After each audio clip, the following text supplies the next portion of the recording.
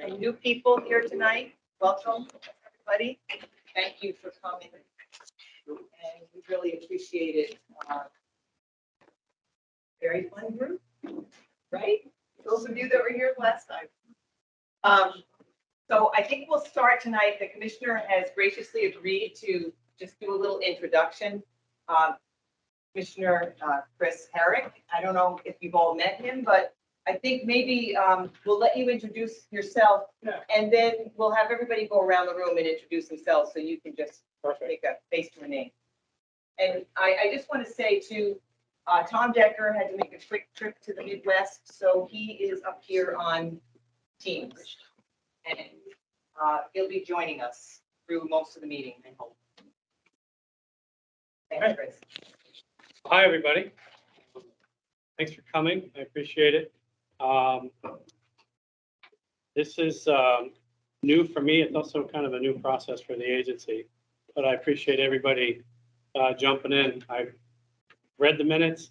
I've watched the video, talked it over with staff, and this is an important topic, and it's really important that we all get together and hear everybody's side on this or difference of opinion.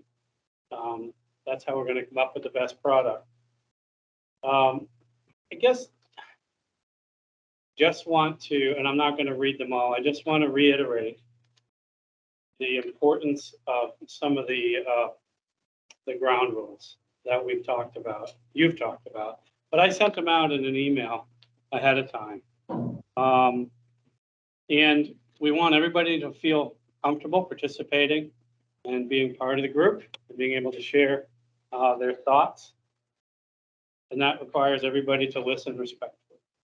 And, you know, what does that mean? It means really listening to what the person's saying, but also being aware of your body language. Because everybody, when they're speaking, it's not always comfortable. We all need to do our best to make everybody feel as comfortable as they can. Everybody has different experiences and different backgrounds. Even among different hunters, there's different experiences and expectations out in the woods. Anglers, I mean, if you talk to fisher anglers, some are really good and some are like me. And we drown a lot of worms. Everybody needs to be involved in the conversation.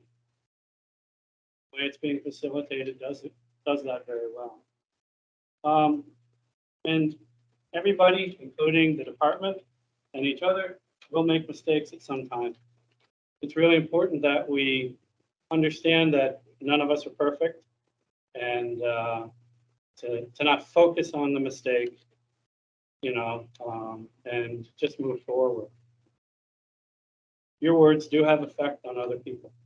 They may not show it right away, and it's really important to remember that. The old adage, sticks and stones, not true. You can really make somebody feel, I'm not going to speak up, I don't feel comfortable doing this, and that's not the goal here.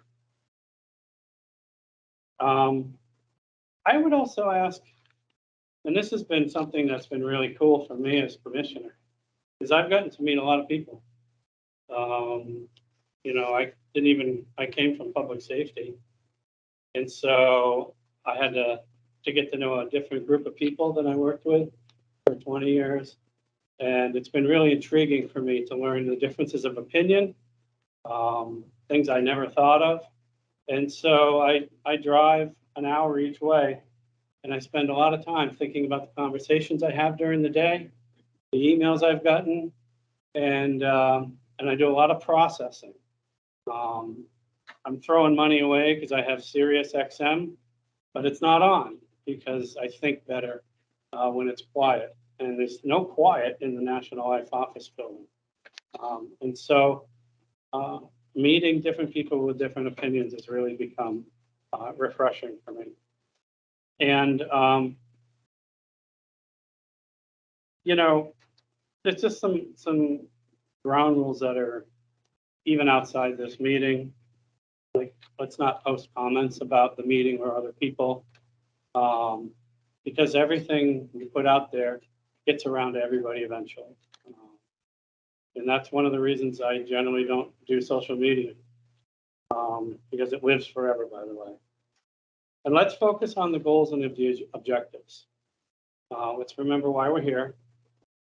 And I know that was stated at the outset and kind of the guardrails of what we're doing here. So I just want to close by saying thank you to everybody. I know this is a lot of work. And I appreciate everybody's focus and attention in doing your best work. You've all probably spent a hard day at work. And here we are asking you to do a couple, 3 hours more and some reading in the off time, but I do appreciate it. This is truly important to Vermonters, to the department, and to wildlife. So thank you all for that. And why don't we start over here with David? I do know you, but go ahead. I think it'd be good if you said who you are and who you represent. My name's David Kelly. I represent the Vermont Wildlife. And you're here, David, to replace Rob for this meeting. Rob's family is there. Yeah. Oh, Thank you for that. I'm Veronica Galdo, I'm president.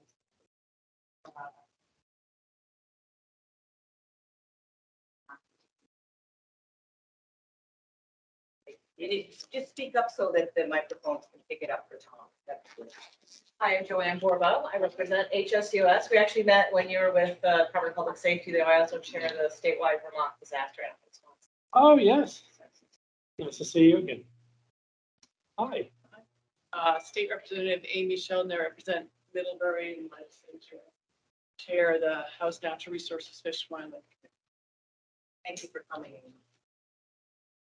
My name is Chris Bradley. I'm the duly elected president of the Vermont Federation of Sportsmen's Clubs, an organization that represents approximately 50 member clubs with 14,000 members.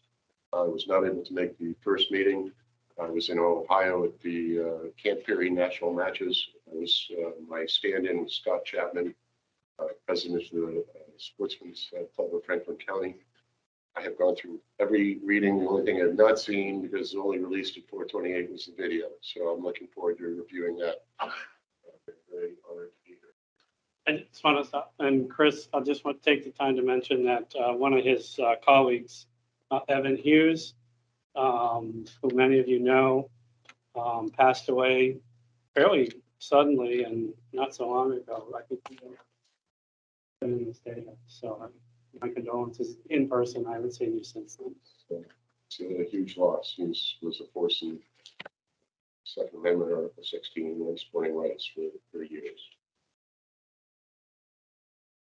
Kevin Lawrence, I work with Vermont Trappers Association. I'm an active educator in trapper education, busy grandfather. Taught my daughter a bow recently, my granddaughter a bow recently, and she started out shooting me at 20 yards. So I figure I'm on the right track. Martin Van Buren from Fulton, Vermont. I represent Rutland County on the board. I also teach hunter safety classes, which we got coming up in a week. The hunter safety for rifle and then the hunter safety for bow and arrow usually every year. And I knew Evan because Evan was just lived down the street from me. So he was brought up in Fulton. Good guy. Michael Colson from Island Pond. I'm the Essex County representative on the Fish and Wildlife Board. Hunter safety instructor, bow instructor, trapper ed instructor. Recently got certified for 4-H and passionate about the wildlife that all of us enjoy. So here. Bruce Martin, I'm the Vice President of the Vermont Trappers Association, the role I've been in for the last, I think, I've been involved with the Trappers Association pretty much all my life. Sergeant Randy Hazard. I am a sergeant in the northeast part of the state, and I am the Canaan District Warden. So, Lieutenant Sean Fowler, I'm the Northeast District Supervisor. I work out of the same jail. Kim Royer, retired wildlife biologist. He's moonlighting as a temporary employee for the Fish and Wildlife Department. Chris? It's been great. Chris Bernier, I'm a wildlife biologist out of the Springfield District Office. I worked with given to the recent retirement for a bear fund. Worst part of retirement is that I miss my colleagues. Public information officer. Chris Saunders, I'm a project coordinator in the Wildlife Division. I'm guessing, the lawyer. I got a joke for you later. Both doctoral and wildlife center. Art Scott, Director of Wildlife. And I forgot Tom Decker. Oh, right. Thank you. Tom Decker, I live in the Northeast Kingdom. On this committee, I represent the Association of Fish and Wildlife Agencies. I've been involved in the development of the best management practices in the United States since their inception. Glad to be on the group. That would have been, what year, Tom? When did it start? 24 years ago? Yeah, I think, 1995, 94. Yeah. All right, thank you. Thank you, everybody. Commissioner, appreciate it. We just listed the agenda back there. I think you all have copies of the agenda. We're going to try to be a little flexible tonight in case we get into some really good discussion and we don't think a breakout is necessary. We'll sort of weigh that as we go forward. I also wanted to point out that I talked to Bryant White and to Dr. Grove. Both authorized me to give out their emails in case anybody wants to contact them. The emails are listed right up on the agenda there. And Bryant is working on putting together a PDF of his presentation so that if anybody wants the PDF version of it, we can access that as well. It'll take him a little while to do that. I also apologize for not getting out the tape version of it. It's ready to go now, Josh, and I think we'll be sending that momentarily, or at least it went out. Okay, great, thank you. So sorry for that, Chris. It would have been helpful for you to have that ahead of time, and Amy too, probably. But hopefully you'll have a chance to watch it for the next meeting. So that's the agenda. I think what I wanted to start with, did everybody bring their copy of the minutes? Everybody has a copy of it. I wanted to make sure, we don't want to go through all of the minutes because we are going to try to break out into our blue and green groups to sort of go through the second part of the minutes where there were additions and changes to what went on in those discussions rather than having the full group weigh in on those. But I wanted to just make sure people were comfortable. I think the only addition was maybe from you, Joanne, just sort of rewriting the question you asked to Brian. So did everybody feel comfortable with the minutes up until the point where we went into our breakout groups? Everybody good with the additions and no problems? Yes. Yeah, I just want to say I appreciate the minutes because it helped us, I think, all identify kind of what our purpose was a little bit better. And I apologize for anyone who was offended by an email I sent out where I was asking for veracity and public presentation, which really is not what we're here for. It's more about, staying on this topic, which I think we should do. So, Commissioner Herrick invited me to this meeting, with the idea that we could wrap up some things that have been coming up in the legislature year after year after year. So maybe Amy and Chris Bray can understand that, this is a serious topic. The Fish and Wildlife Department is taken seriously, and the trappers are taken seriously, and other people have had a full chance for input. And so I hope we can move forward in that light. So. Appreciate that, Kevin. Yeah. Thank you. So if we're comfortable with the minutes, I think, that's a good segue to just reviewing the ground rules again. And I'm going to go through these again, just run through them really quickly for the new folks that are here. We're going to try to participate fully with humility and good intent, accept statutory charge of the working group, and focus on the group's goals. The legislative mandates behind this, I will move that so people can still see it as a reminder. Try to use those as sideboards.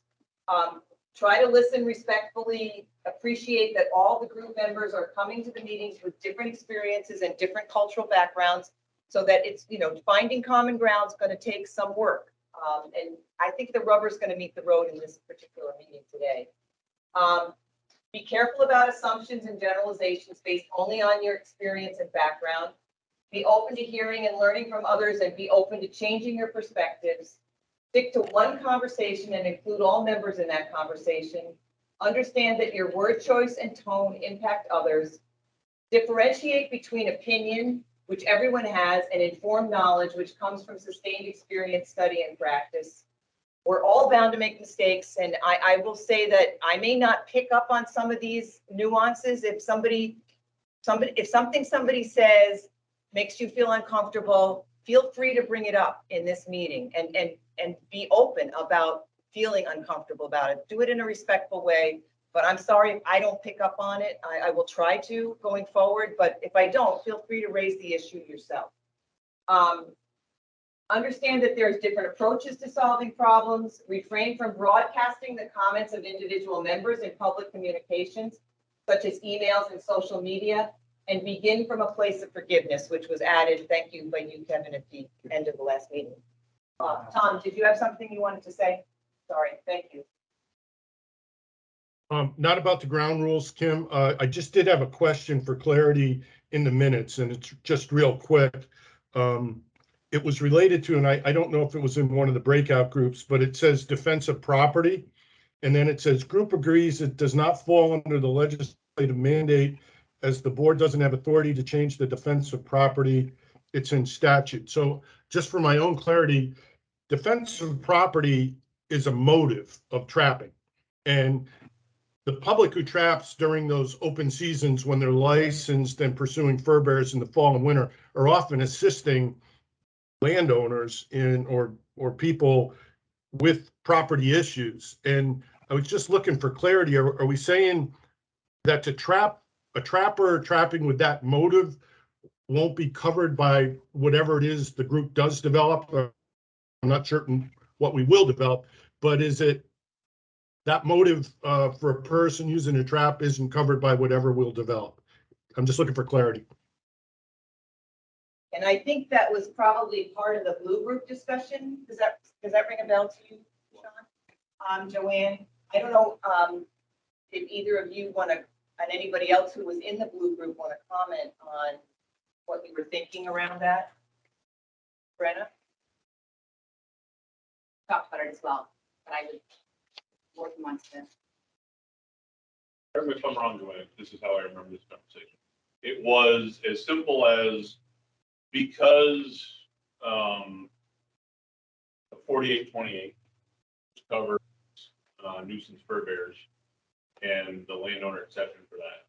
Anything that comes out of this group and then is presented to the board, and then the board would make a ruling on it. Because it's a board rule, it cannot supersede a state statute.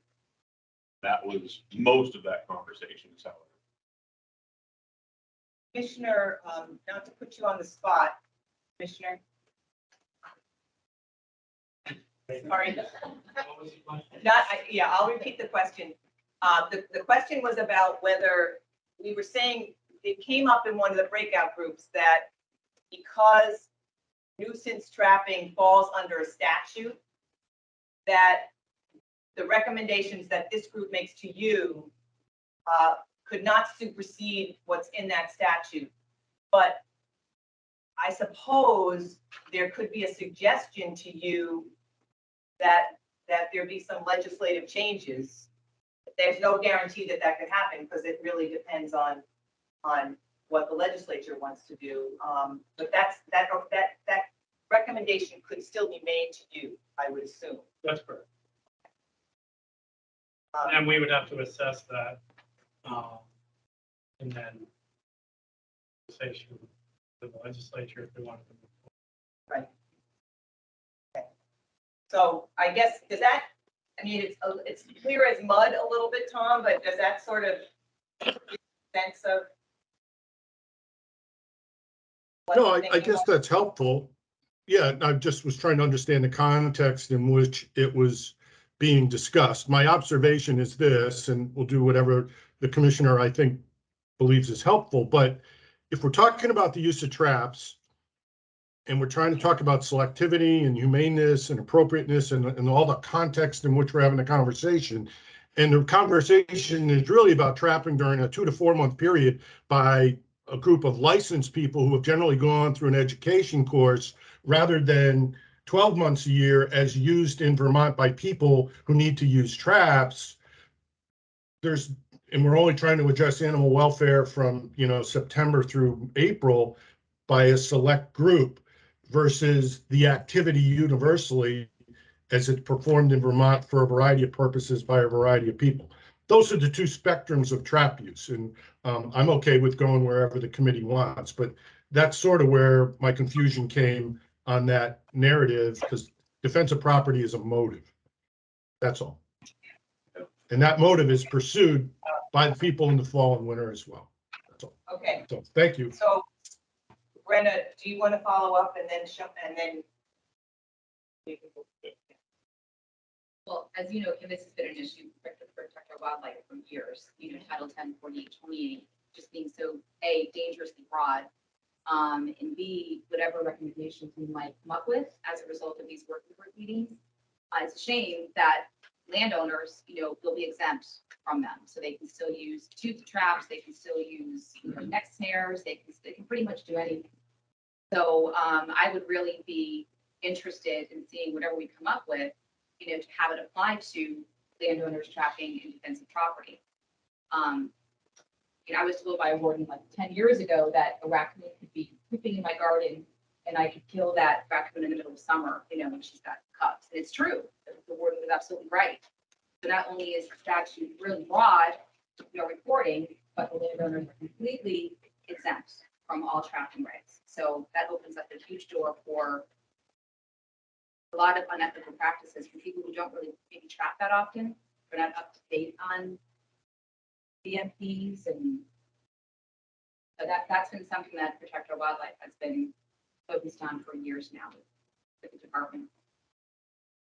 Okay, I'm gonna put this up here. I think we can table this for now and have this discussion when we get into, unless you have more you want to say.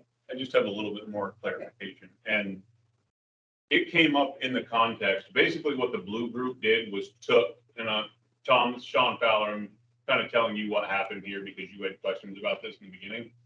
We basically took the 3 petitions that we were given in the very first meeting, and we just went through those 3 petitions point by point and made the determination within the group whether each one of those points fit within the legislative mandate. That's the approach we took. That's where we came from. And this came up in that conversation in the context that anything that we do is going to go to the board, and the board rule can't supersede a state statute.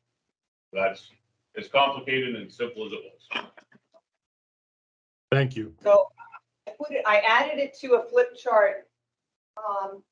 And I think it's something we can revisit when we're really getting into sort of the nitty-gritty of where we can find some common ground or not. So thank you for bringing it up.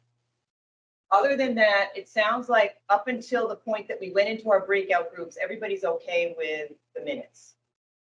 Okay. So let's move on. We went over the ground rules.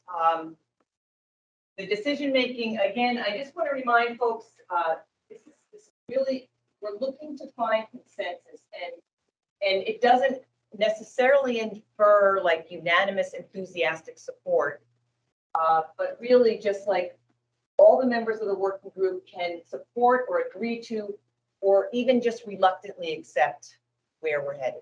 So that's what we're trying to do. Okay. And anything else any other questions before we move on? I think our next step, what we thought might be helpful, is there were some questions raised in the breakout groups, especially I think the green group. And one of them was specific to the offsets and what laws are in place and what is what's a road and what's a trail.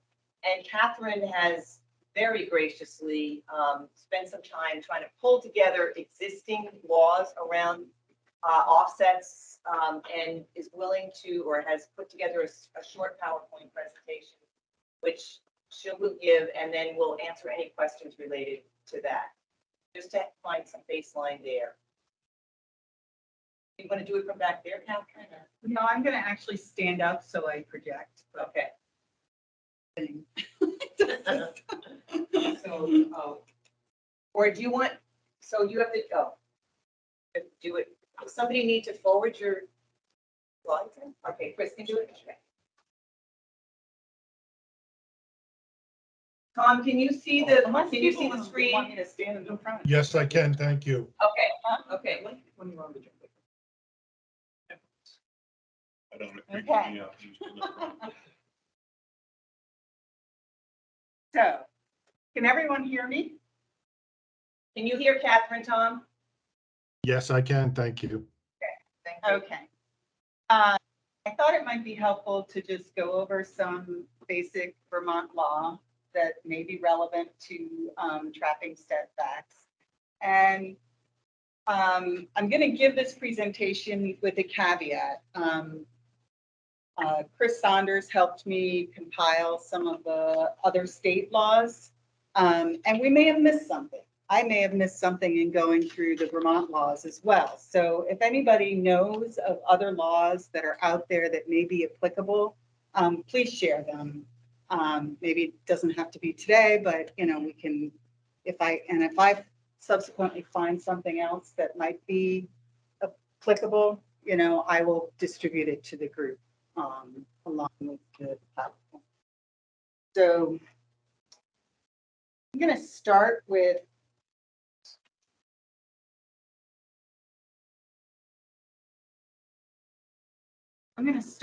the language of the S201. Not letting me forward. You have to click on the slide at the bottom of the screen, see how to scroll down across the bottom. Down. Oh, there. All right, so.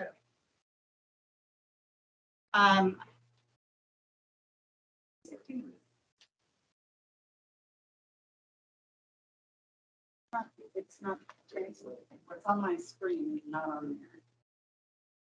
Oh, interesting.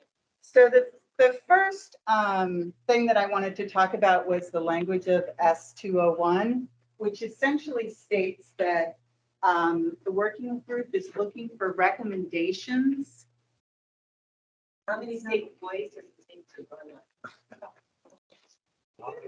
In this day and age? I'm probably one high school kid could do it a lot. No.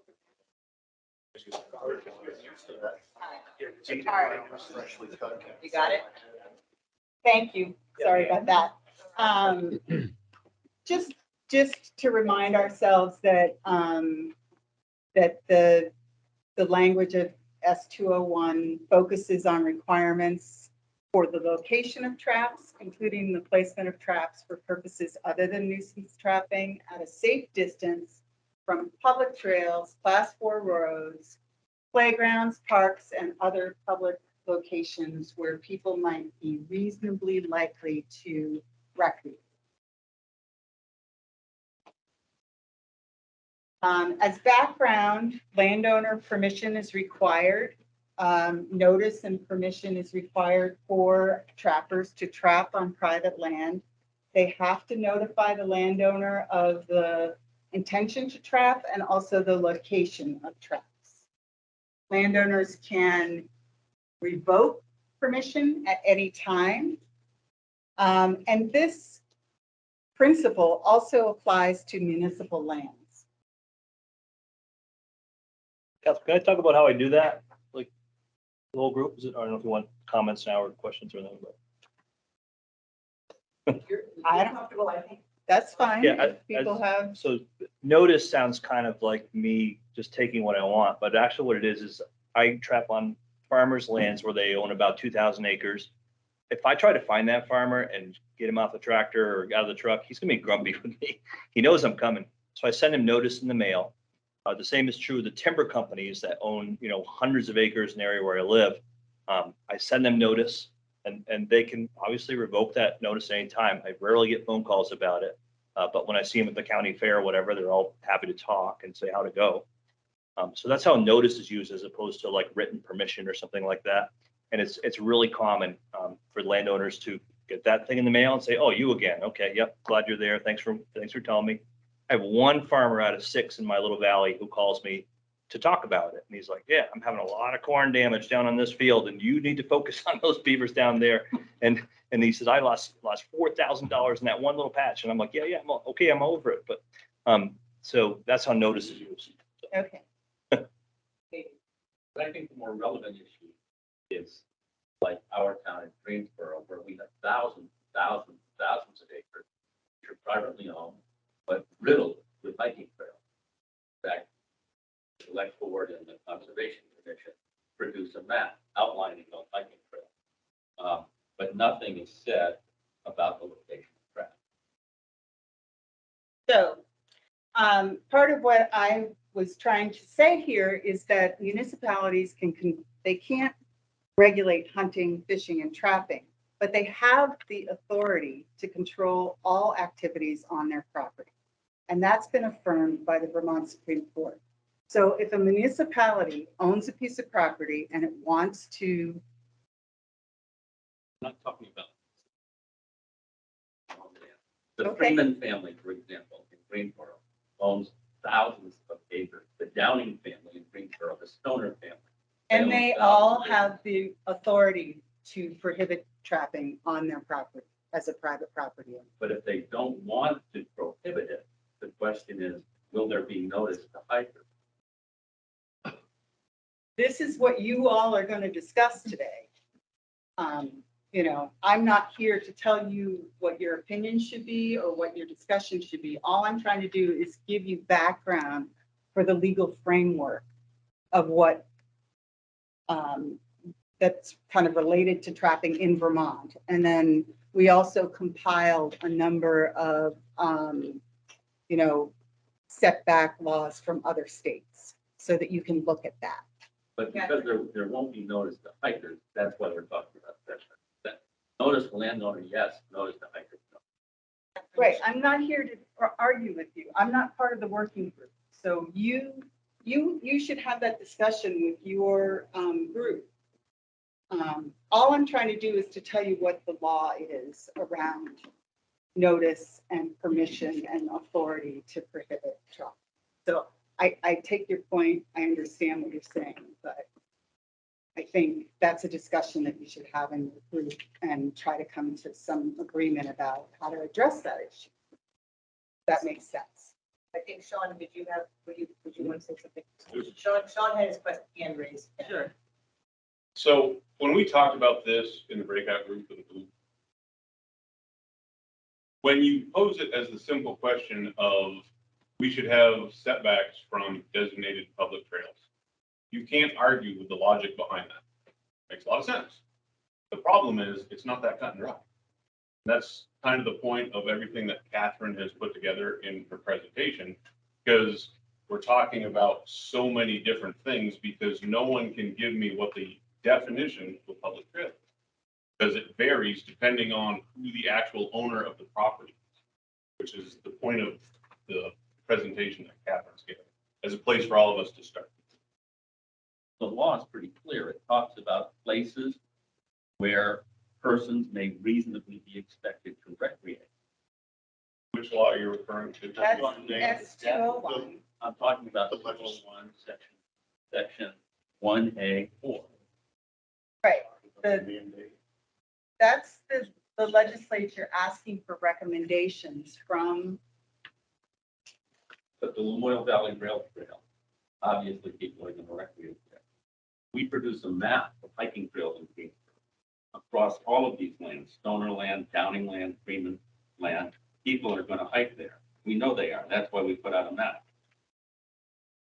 Okay, I'm not arguing with you. I'm I'm not just arguing with trying to you. give you information I'm about just trying to what step the back. state of the law is. Okay, So I'm that- sorry to keep interrupting. So that you can, yeah, I don't want me to take up too much of this time, because this is really a discussion for you all to kind of try to resolve that issue together.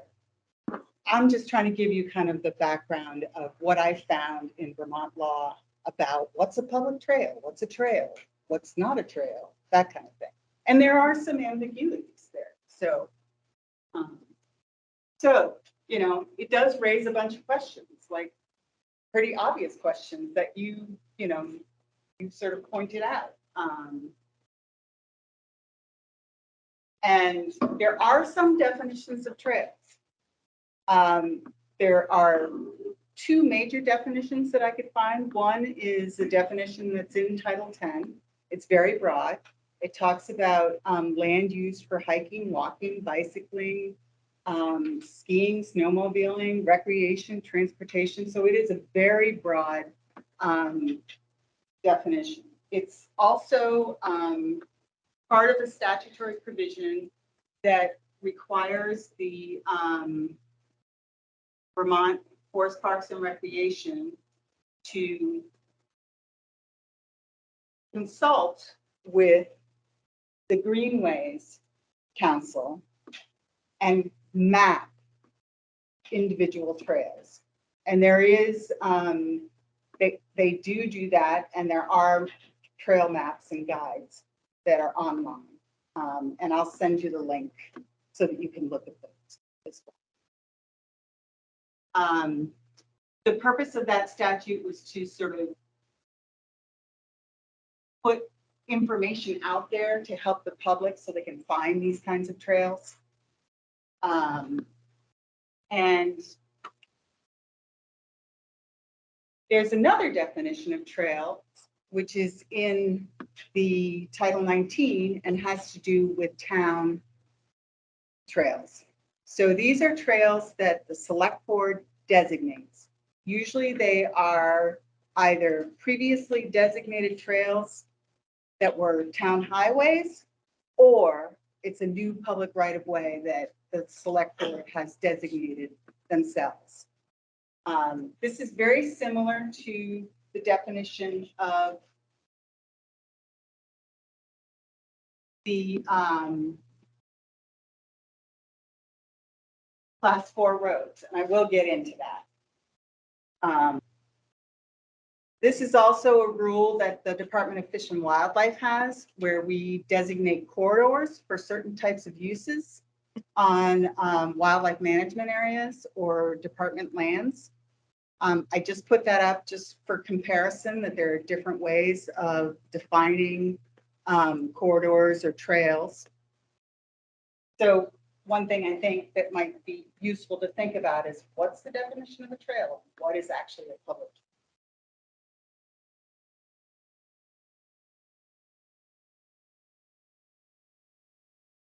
Town highways. There are several classes of town highways, 1 through 4. Class 4 town highways are the ones that are specifically mentioned in S201. And they are highways that do not have to meet certain road standards designated by VTrans, the Agency of Transportation. Most towns have some Class 4 roads, unless they're pretty urban. Rutland might not have one, Burlington, our town certainly has one. There's at least over a mile of a Class 4 road in my neighborhood, and it's surrounded by private land. Town highways are designated again by the select board. They have to be mapped. The select board has to, they have to notify VTrans of all town trails and town highways. And VTrans generates a map for every town that has Class 4 roads on it and town trails.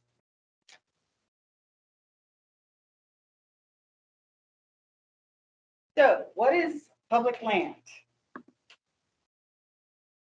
Couldn't find much here. I was kind of surprised, but it may be just that, you know, the courts have traditionally looked at public land as any land that is owned by a governmental entity. But one definition that I did find had to do with the Agency of Natural Resources primitive camping rules. And they essentially just define public lands as property that's owned by the state of Vermont.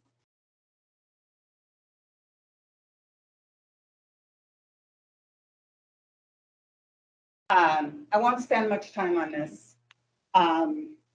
You know, the Agency of Natural Resources is probably the largest landowner of a state entity in Vermont.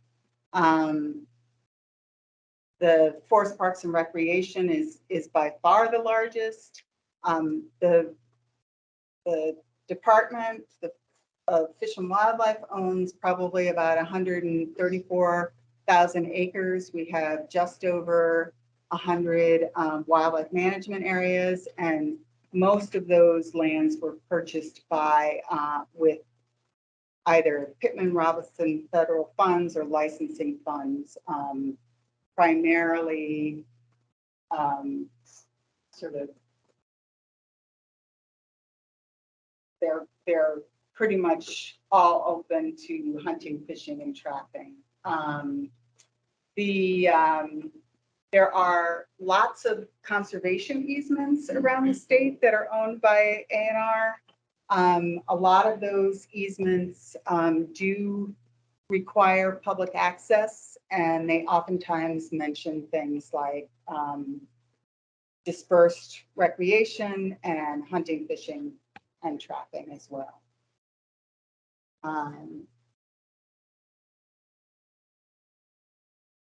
The Agency of Natural Resources does have a policy that requires people who are hunting and trapping to stay 500 feet away from any state park building and certain other designated areas. And I'm not really sure what those other designated areas are. So,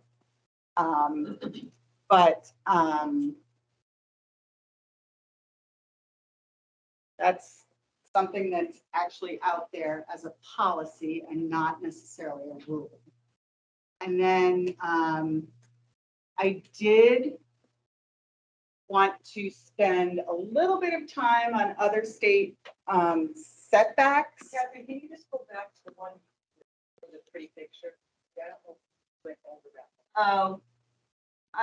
That's just the rules for the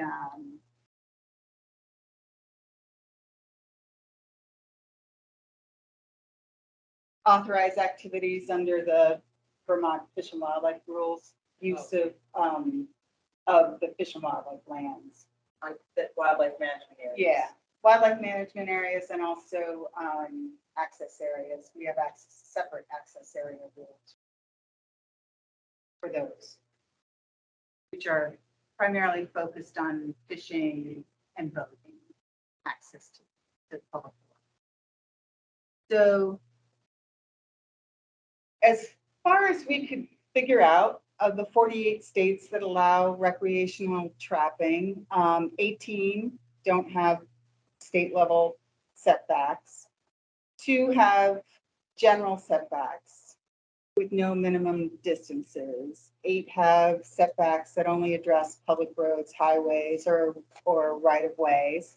And 20 have specific setbacks that include minimum distances.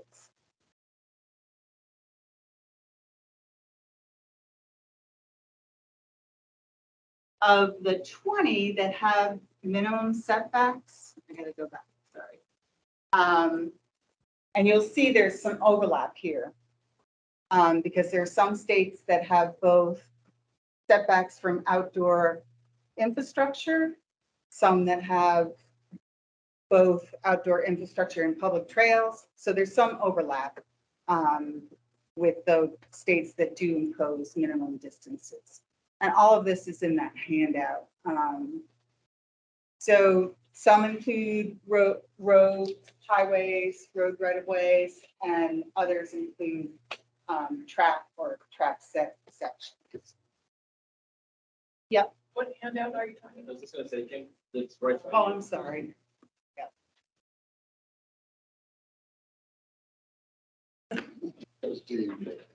Thank you.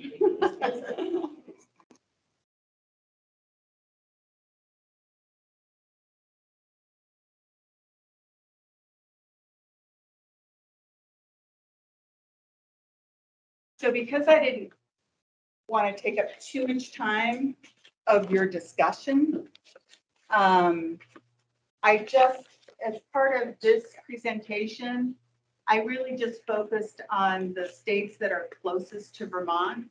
But in the handout, you'll see there are a whole bunch of other states. And so when you take that into your discussion groups, you'll have that with you and you can kind of see what other states are doing. So surrounding states, Maine, traffic is only permitted within a half mile, is not of the built-up section of a city or town with the use of cage-type live tracks or drowning sets. So all other tracks are prohibited within a half mile. And I'm not really sure how they define a built-up section of a city or town. So probably has something to do with density. You know, but being a little more precise about what that means might be helpful.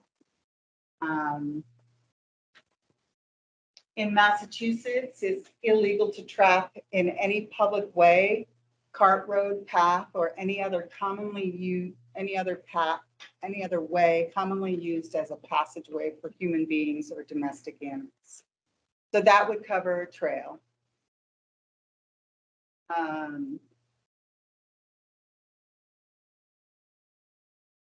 New Hampshire, very similar to Massachusetts, some of the same language, public way or cart road. They do use the word path, commonly used as a passageway by human beings or domestic animals. And then finally, the only other one that I could sort of find that was close to Vermont was New York, which can't set a trap in a public road. And then they define what a public highway is, and there's some exemptions for culverts and ditches and things like that. They do exclude wildlife management areas in New York. Looks to me, Catherine, like on this one, they distinguish between body gripping traps and not excluding foothold traps. Yeah.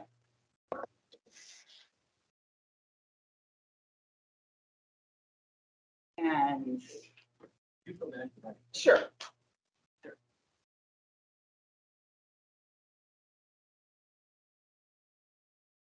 Cannot set a trap on a public road. Body gripping trap set on land shall not be within 100 feet of a public trail. When they say shall not set a trap on a public road, that's broad and I think all encompassing.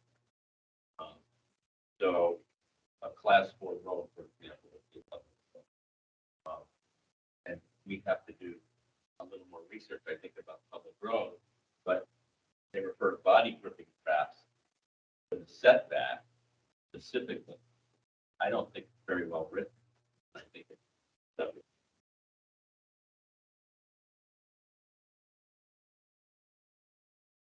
or maybe I'm, it doesn't seem very well written.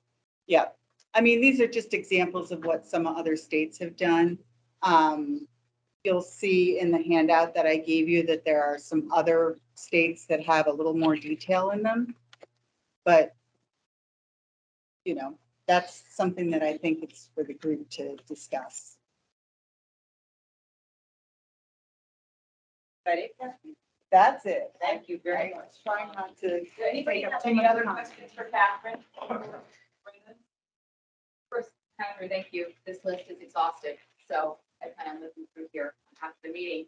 But just to kind of give some context as to why this issue, became something that we decided to focus on is one of our members wrote to us years ago, 6 years ago, and she was walking with her dog on public land, and she saw a kill trap. She didn't know what it was, and it had a rabbit bait inside the kill trap, and it was on the ground leaning against a tree. She had her dog on a leash, thankfully, and she said, this can't be legal. What is, this is public land. I should be able to enjoy walking my dog here. And I told her it's legal. The kill trap is less than an 8-inch jaw spread. These baited kill traps are set on the ground on our public lands, where as Vermont residents, we should have the comfort in knowing that we can recreate on our shared public lands with our dogs without them getting their heads caught in a kill trap and die. So that's where the conversation kind of stemmed from. And when we presented this petition to the Fish and Wildlife Board back in 2019, this is great. This is a conversation. We don't know if we got it exactly right with our petition from 2019. And I mentioned to our working group last week or 2 weeks ago that we're willing to tweak it or change it. But this is what I was hoping for back in 2019. It's just conversations about what other states are doing. What can we do so that people can enjoy our shared public lands and not have to worry about getting caught in a legal trap or a kill trap? And right now it's lawless. I would also add that those of us who hunt with bird dogs have a serious risk on public lands. In fact, he never talked about it, but a fellow I fish with, I can't anymore because he's dead. Former commissioner of Fish and Wildlife had two Brittany spaniels caught in leg bolt traps, bird hunting.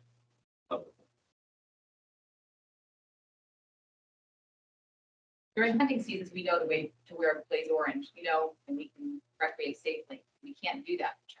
Sorry. I was just wondering, can you give the definition of trail again? Okay, yeah.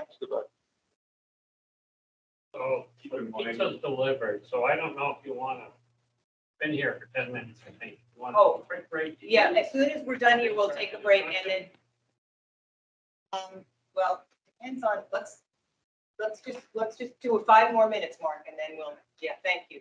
Correct me if I'm wrong, Catherine, the definition that you had for trail quote, Yeah. that is an AOT designation for a type of town. So actually, there were 2 definitions. One is in Title 19, which it has to do with town highways. And the definition of trail is based on select board, a select board designating that trail. And those trails, as well as class 4 roads, are mapped by VTrans and put online every year. So that's one. The first definition that I actually put up on the screen was in Title 10, 40, 42, which is part of the Vermont Trail System Initiative, which was Forest Parks and Recreation trying to, I think it was broader than that. The legislature promulgated it so that, and directed Forest Parks and Recreation to come up with maps in consultation with the Greenways Council. And it involves all sorts of trails. Bass trails, which are snowmobile trails, ATV trails, horseback riding, walking. So that's a very broad definition. I am aware that Forest Parks and Recreation were trying to kind of narrow it a little bit. Those are also mapped. I don't know how official those maps are, but there's a link, which I'll send out the PowerPoint so that people can click on all the links, as well as give you, electronic copies of the handout, so you can click on the links and go to the websites if you want to. So that would be encompassing both public land and trails on private land, because I'm looking at the fast trail that is with property owner permission. to Right. go across it, Right. like other trails. Yeah. So I mean, property owners could revoke that at any time as well. Sure. So it's just, town designated trails, you know, public land can be municipal land, it can be federal land, it could be state land. Town trails and class 4 roads oftentimes go right through private property, so they're not necessarily associated with public lands, but they could be on a public land. So, you know, it runs the gamut. Be all mixed up. So just something to think about when you all. Yeah. Okay, I think maybe we'll take a break for dinner, about 15 minutes, if that's okay. Our thought was that we never got a chance to share back from the breakout groups from last time we met. And so we were thinking we would break out into our breakout groups for a shorter period of time this time. Just go through the minutes, try to sort of solidify some common ground if there was some, or at least agree on the minutes and what the comments were on those minutes. And come back and actually, if the green group can do a little bit of what the blue group did and sort of determine what things in the petition actually meet the legislative mandate, that would be helpful as well. And if we'll come back together after about 15 minutes, if you need more time, let us know and we can extend that. But I want to try to bring the full group back together and see if we can at least start hashing out some things that we can talk about a little bit more in depth, that we can find some common ground with. So take 15 minutes, take a break. The blue group again will go, just as a reminder, the blue group is going to go in the other room with Chris Saunders again. And the blue group is Bruce, Sean, Joanne, Michael, Representative Sheldon, and Chris Bradley. Okay, and you're going to be right around the corner. Chris will lead you in there after you have your dinner. And then green group is Brenna, Mike. Oh, well, it'll be Randy instead of Mike. Kevin, Martin Van Buren, Senator Chris Gray, who's not here, Tom Decker, and Dave, you. Okay? A lot of the working groups, but Well- I enjoy learning more from that. I'm appreciating the knowledge I'm getting. from Right. the whole group. How So, long will it work? it's only 15 minutes to go through what you hashed out last time and be prepared to come back and just pick somebody in the group to just talk about what you talked about. So the green group is aware of what the blue group did and talked about, and the blue group is aware of what the green group talked about. So about 15 minutes, come back. Each group will have 5 minutes to just report out. And then we'll have a conversation in the full group and see if we can start getting into some nitty gritty. If it doesn't work with the full group, we'll break out again. So we're playing it by ear a little bit, but let's try the full group and see how we do.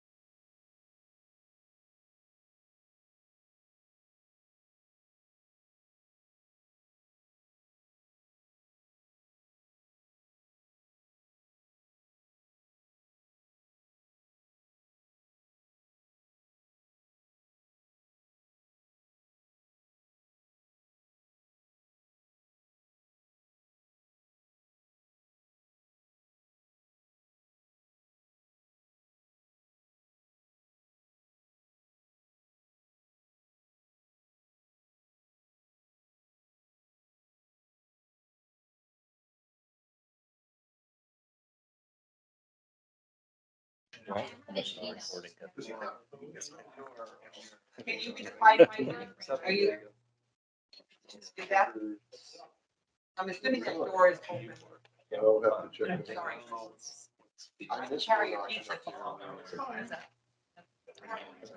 Just bring the box of pizza in. Just bring the whole box in for 'em. Yeah. You have enough, it's good. Okay.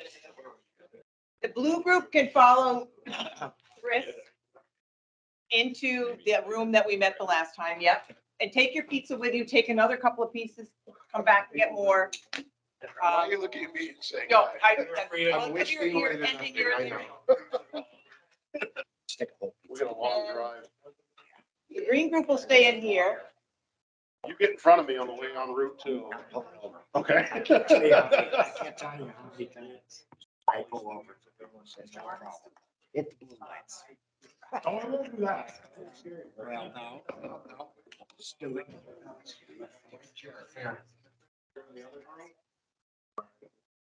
Someday.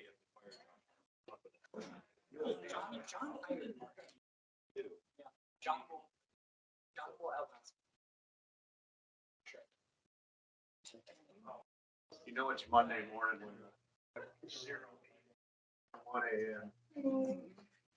Fair season's coming up. Thanks for the reminder, John. Yeah, if you're in here, that's.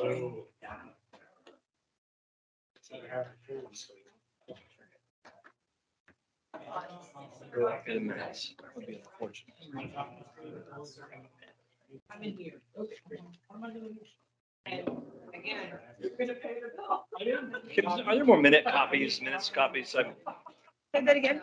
I don't have copies of the minutes. I feel You silly. don't? Oh, we can get it for you. I gotta figure out where they are though. Sorry about that.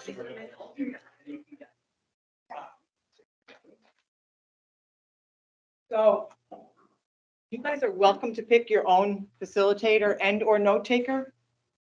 I think Dave was not here last time with this group. And I'm an And alternate. Randy for was Mike also not Stoss out here. of country, Yes. for those of you that work with. Yep. Right. Is this, who else are we missing? I feel like we're missing some. Oh, Chris Rainer Bray. You got Tom on the Tom is computer. Tom is online. Is he back, Chris? Is that green?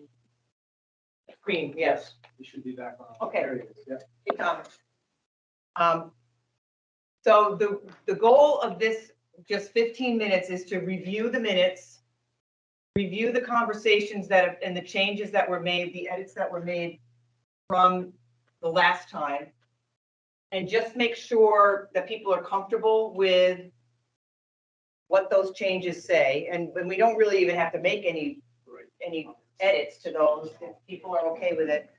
And then just pick somebody who's willing to report out on what was discussed the last time that you met. And it's going to be hard. It's going to have to be probably one of the 3 or 4 people. There's 4. I think it's Tom, Brenna, Kevin, and Martin, right? We're the 4 that were here the last time. So I think it probably should be one of you who agrees to just like talk about what the conversation was and what came out of that discussion. Okay.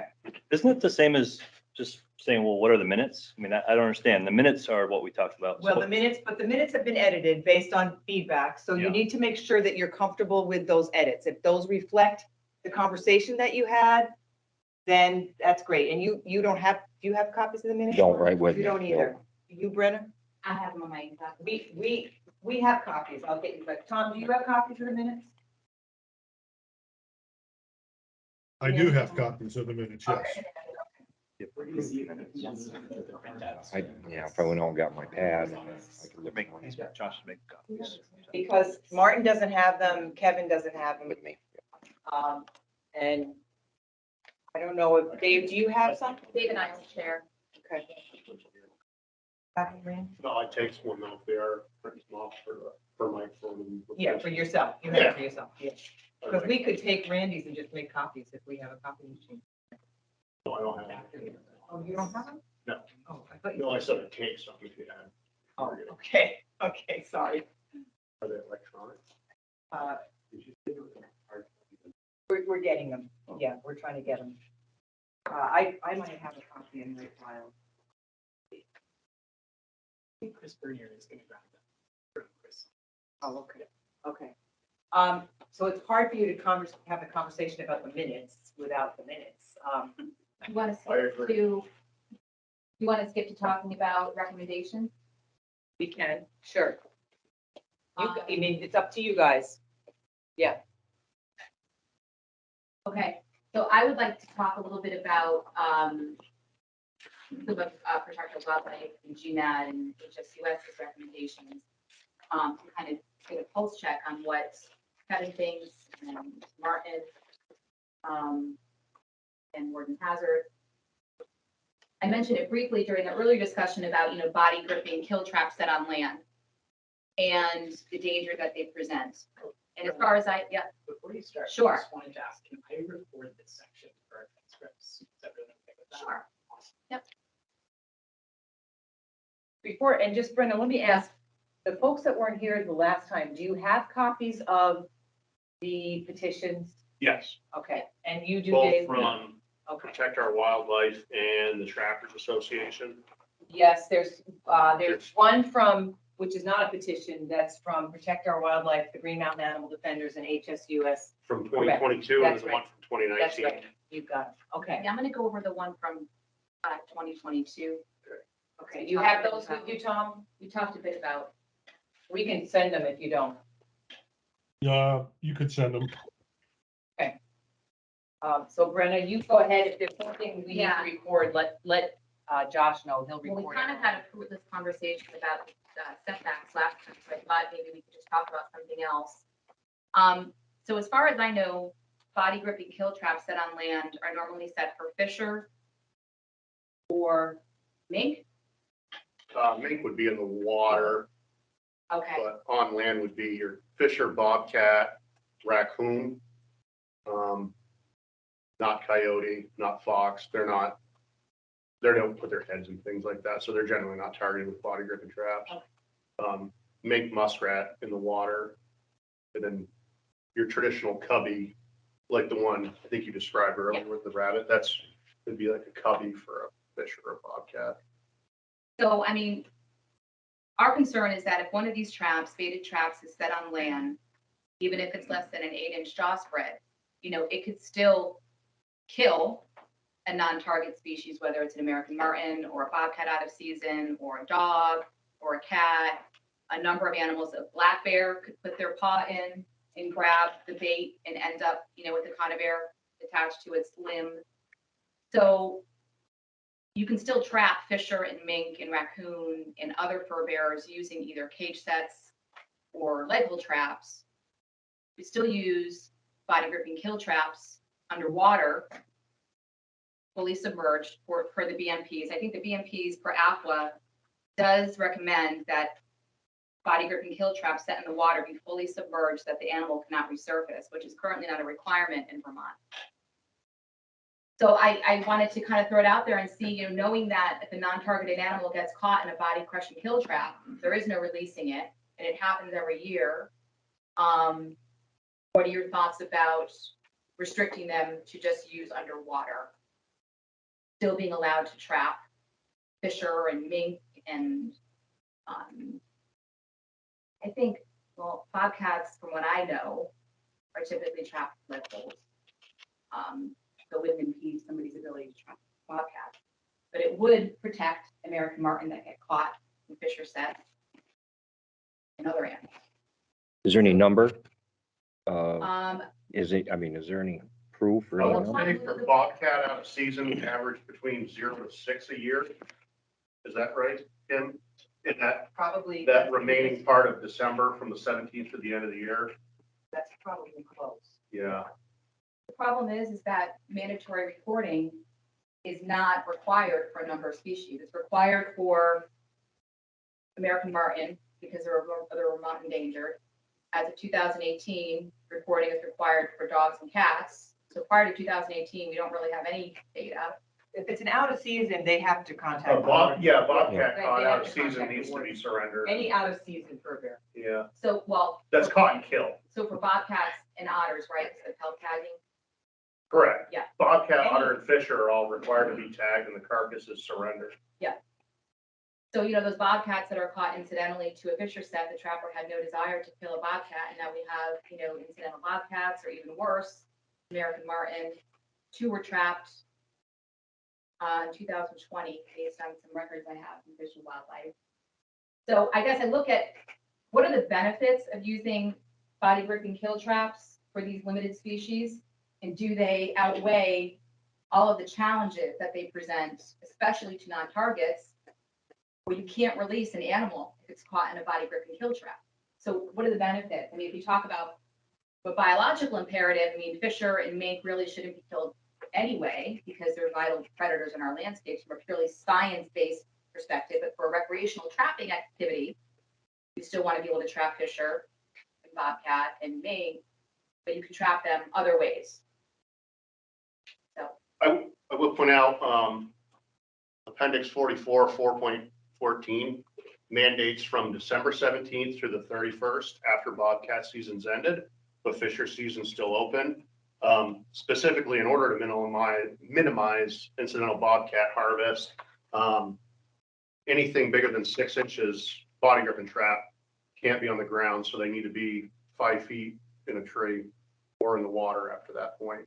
I think it's 8 inches. No, 8 inches is anytime. You can't set a body gripping trap on dry ground over 8 inches anytime in Vermont. Oh, that's just for bobcats. No, anything is 8 The, inches. the 6 inches one that you just said was just for. Yes, that is from the December 17th through the 31st. Okay. So anything over, not even the statewide mandated 8 inches, now goes down to anything bigger than 6 needs to either go in a tree or in the water for the remainder of, the year. Got it. For those 2 weeks of December. Right? Pretty much, yeah, the last 2 weeks of the season. Yep. WMUE has even more strict restrictions regarding body gripping traps because of Canada lynx. So essentially, without pulling it up and reading it verbatim, you're limited to 5 feet in a tree, no more than 4 inches in diameter, nothing within 4 feet of the tree. It's kind of long and short. Yep. Or in the water. Then there's a couple other exceptions, non-baited traps along riverbanks for mink specifically, mainly. Or in the Canada lynx exclusion of ice. So just so I can capture this, Brenna, it sounds like the broad issue is, or concern is non-target capture of fur bearers and or domestic animals in a body gripping trap. Right. Yep. That would be number 3 of the legislative mandate. I mean, if we're really trying to limit non-targets being caught, that would. And how many non-targets are being caught? Kim, can you bring that data to the next meeting or email it to us? Should have that. Like What is the? you're recording non-target data collection now, and especially death involved. Can you make sure that we all get that at the next meeting or before Sure. the next meeting? Yeah. Just the data, because it's, it's real, it's out there. Bring the non-target, bring any Yeah, incidental take. thank you, yeah. Okay. Because in the state of 5 million acres, I hear, the killing of 2 marten. I just think, wow, trappers brought the marten here and the Fish and Wildlife Department released them, which turned out pretty well. What's the state of the marten nowadays, Kim? I know it was at first thought that reintroduction was maybe a failure, but then trappers are giving you evidence that maybe it succeeded or. Yeah, Chris did a lot of the research on that. Sorry to block you, Chris. But, with Southern Connecticut State University, we did think it had failed. And there's evidence of reproduction and a core population in the Southern Greens, along with a core population probably in the Northeast Kingdom that we weren't involved in an introduction there. That's probably due to connectivity from New Hampshire and Canada, which is why we work so hard to keep those connected lands intact. There are spruce forests, which I think is probably the primary habitat. Are they diverse enough to allow tremendous travel corridors between north and south? All the way to Massachusetts, or what do you think? There's been a lot of research being done at UVM in terms of connectivity from northern Vermont to southern Vermont, and whether that connection will actually work to move marten back and forth, along with a bunch of other species. I think you worked with several researchers there to look at, what is it, the electrical current thing? Yeah, the electric circuit there. Yeah, yeah. It's It's not a worth little- trying to describe how yeah, that works, yeah. but it essentially identifies movement corridors across the landscape. Yeah. And there are identified corridors that function for Martin. And we have some evidence that Martin will disperse across the landscape, even the ones that we released, a lot of them dispersed. Yeah. Out of They all dispersed. I mean, I know in 1 year, this was a while ago, I have the records, I want to say 10 or 12 American marten were killed in one season in Fisher Set. And I think it may not be as worrisome if it's statewide, but that might be in a specific location, a specific county, a specific, WMU, I don't know. But I guess the broader question is, knowing that these traps, releasing them is very difficult, if not impossible, and the dangers that they present to non-target animals. Like I mentioned, a black bear, or I have a photo of a coyote who traveled for 1.5 miles with a conibear kill trap, a 160 on her head that was set for Fisher, who ended up collapsing next to someone's house because she got her head in the wrong trap.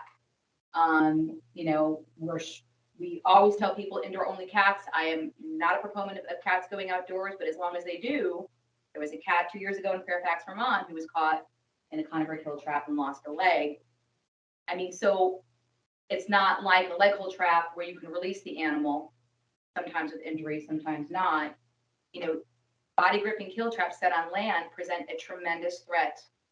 And as I said, black bears too.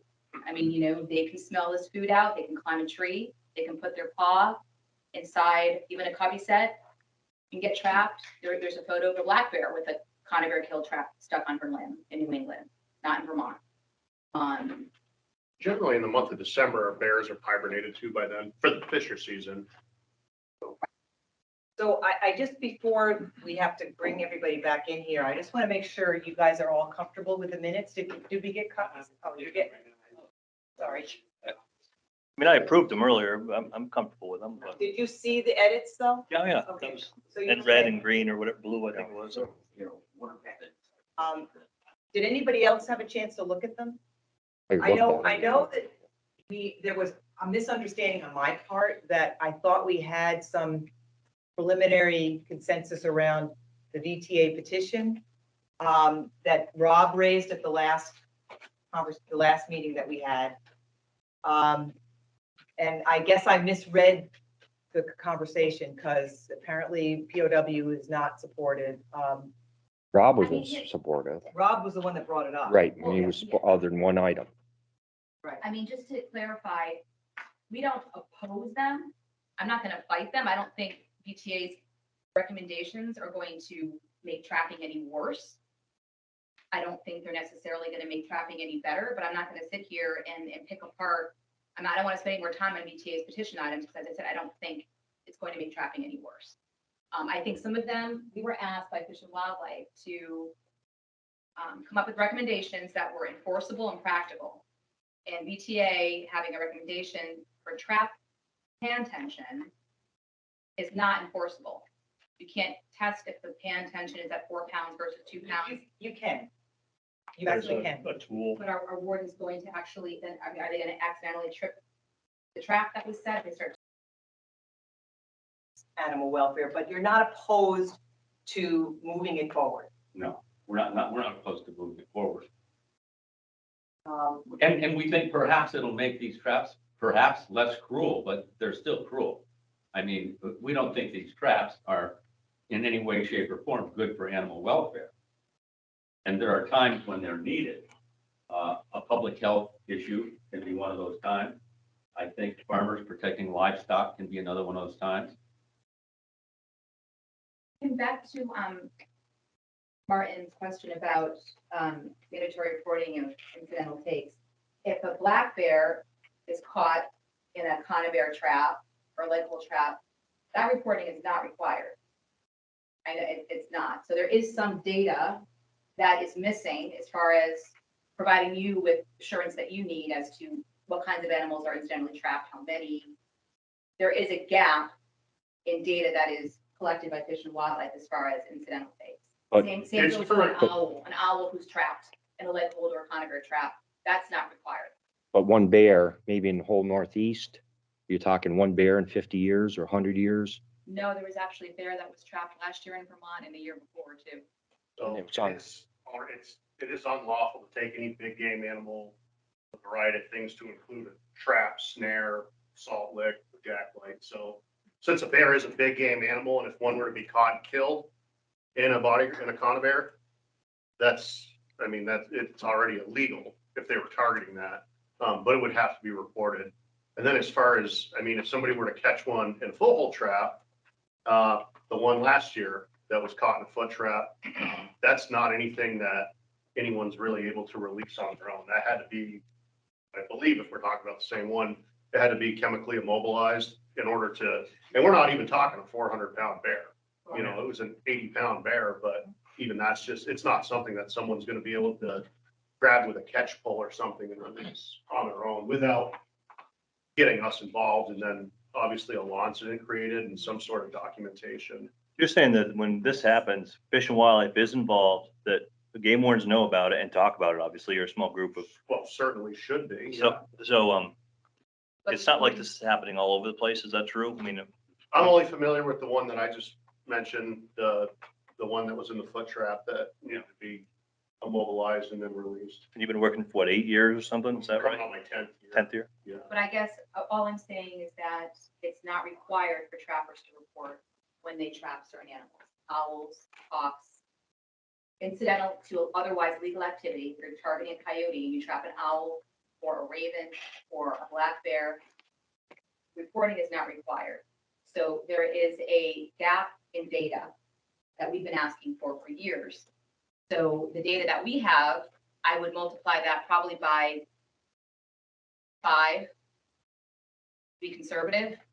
So it's hard to say this doesn't happen when we don't have the data to support it. And, So- and just so I can get to your issue about it, are you concerned that are you concerned about the welfare of those animals, or are you concerned about the fact that it might be impacting the populations of those animals? We're concerned about catching non-target species. We're concerned about the animal welfare aspect of it as well. And when it comes to raptors, owls and hawks and eagles, I'm concerned about their populations, absolutely. And I would like to have reporting. No. I wanted to make a time point. We're about to be at the end of this section. I think we've actually got a bunch of good topics for further discussion and maybe a point of agreement on what we don't oppose. Can we take a second to review the two boards and just make sure we're on the same page? Yeah, and then I think Tom's got his hand raised, which I missed, so let him just make a point and then we'll do that, if that's okay. Go ahead, Tom. Well, I was just going to mention, if you really want data, the trap research that was done for best management practices was done on real trap lines by real trappers that had paid technicians who recorded thousands of data points related to capture of bears or eagles or everything that was legal or not. And the data there demonstrates how selective trapping is on That's only for non-fur bears. real conditions as well. Really shows those as really an infrequent anomaly kind of event. I'm not saying the risk is zero, but there is data that's recorded under real research that's available to the department and the committee. But that data is only for non-fur bearers. So, I'm still concerned about, a bobcat that gets caught in a fisher trap. That wasn't collected by AFWA's trap testing. You only tested for non-fur bearers. So there's a whole suite of species that is missing. So I think that should be more clear that the 93% selectivity is not fur bear species specific. And that's important to some people. Brenna and Tom. No, Tom, can I interject for a moment? Sure, absolutely. Go ahead. We're right at time, and I want to make sure we have a moment to go over. I agree. Yeah. Okay, but yeah, all right. So Kim, do you want to just walk through? And Tom, we can give you a chance to pick this up in the full group, because we'll have this conversation with the full group too. Yep, So no what we problem. have is, what we agreed it sounds like we agreed to, this group, and Brenna, you can report this out, is that there's no opposition to moving the VTA petition forward, although some people feel it does not improve animal welfare. Is that a fair encapsulation of what?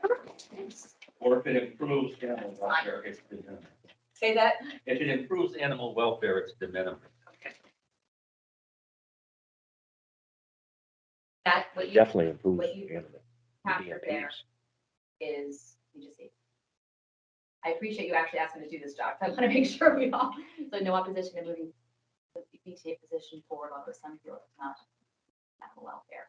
That would be a fair assessment of how Powell feels, yeah. I don't want to spend a lot of time nitpicking the fix. I don't, okay, All right, we have several concerns and issues here. Non-target capture of fur bearers and body gripping traps. Some folks would like to see the data that Vermont has, incidental take to the next meeting. There's also in the science briefs that we handed out, I think there are also some data from the BMP research effort that talks about incidental take. And it sounds like the issue is that Vermont is not required to report incidental take, although there is data, national data, available from the trap research. So do you want that reported? Rather have that reported? I'm sorry. Would you like that reported, like all incidental takes? Yeah, and I think that's Everything, actually part on of, everything. I think that's part of the legislation that was passed, part of S201. There's a mandatory reporting of all non-targets in Act 165 now. I think it passed, did that part of it pass? Yeah. So that's all, that's So done. That's not, yeah, that's already done, so it's mute now. And I mean, one other thing as far as the common ground is, we were hoping that if we could just agree to VTA, that there'd be some collaboration or willingness to work with us on one of our recommendations. So I'm hoping that we can do that between now and the next meeting. Well, I came here with our priority being setbacks. And I don't know where we're at with that. We haven't even discussed it. We'll get to that. This is just the rehash of the last meeting. So we'll have more time to talk about the bigger group, but this is really just to make sure we're on the same page just from our last meeting. So I think if everybody's comfortable with the minutes, the way they were edited and what we've come up with, I'll go get Chris's group. We'll bring everybody back together. Should we just finish the concerns and issues and then move on to further discussion? Oh, are there other concerns and issues? I wasn't sure that we'd gotten through the second 2 points here. Yeah, but I did. Okay, great. Yeah, Further and discussion. that was, this is for further discussion, I think, with the bigger group, not part of the breakout, because this is different. Does everyone here feel good about that understanding about what's on the board and what we can move back into March? I would like to see that data brought to the surface again, however, from the BMP research. Like, yes, it's out there. Could we highlight it again in our next meeting? The data from the BMP research. Hey, Yeah. Tom, An incidental take. There's a page 51. uh, other than what's in the science brief, There's a lot in here about it. oh, on page 51 of the, Yeah, okay, Thanks. at the monograph then. So Kevin, In the we could, monograph. BMP incidental data, you want us to bring it to the next meeting. We'll consolidate what's on page 51. Is that what you're asking? maybe? Yeah, I'd like to just highlight it and say, here's what the data is identifying, so we all see it same time, same place. page 50 starts talking about selectivity. Okay. One of the components of the BMP. Thank you. Is there an outline of the methodology, who collected the data and how it was collected? Yeah, and what we'll do, Dave, is we will send you the link to Brian's presentation. And if you would watch that, that gives you a pretty good background on the 20+ years of research that's gone on around this. So, Including the methodology. yes, the methodology as well. Yeah. Okay, I'm gonna go get Chris and bring the other group back in. Doing this, I would just say, is this group ready to share back in just 2 minutes or less what we discussed here, what we agreed is on the boards here? I think Brenna, you had said you would be the person for that. Yeah, as far as going forward, there's going to be an opportunity to talk about other recommendations. Mhm. Okay. just the next agenda item is making sure that the group knows what green group, this group, reached in this conversation.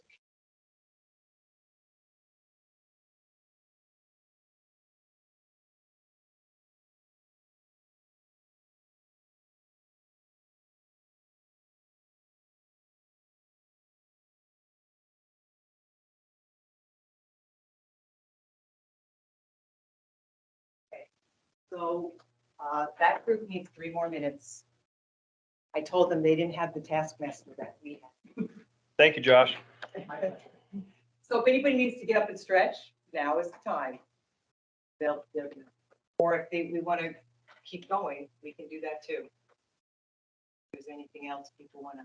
I had a question for you, and maybe it's for everybody if they want to see it, but in my car, I carried my kit today that is my modification kit to take a trap from, a 1990 production trap to a BMP trap and what that requires. A lot of the things that are in the VTA petition are the things I do when I modify a trap.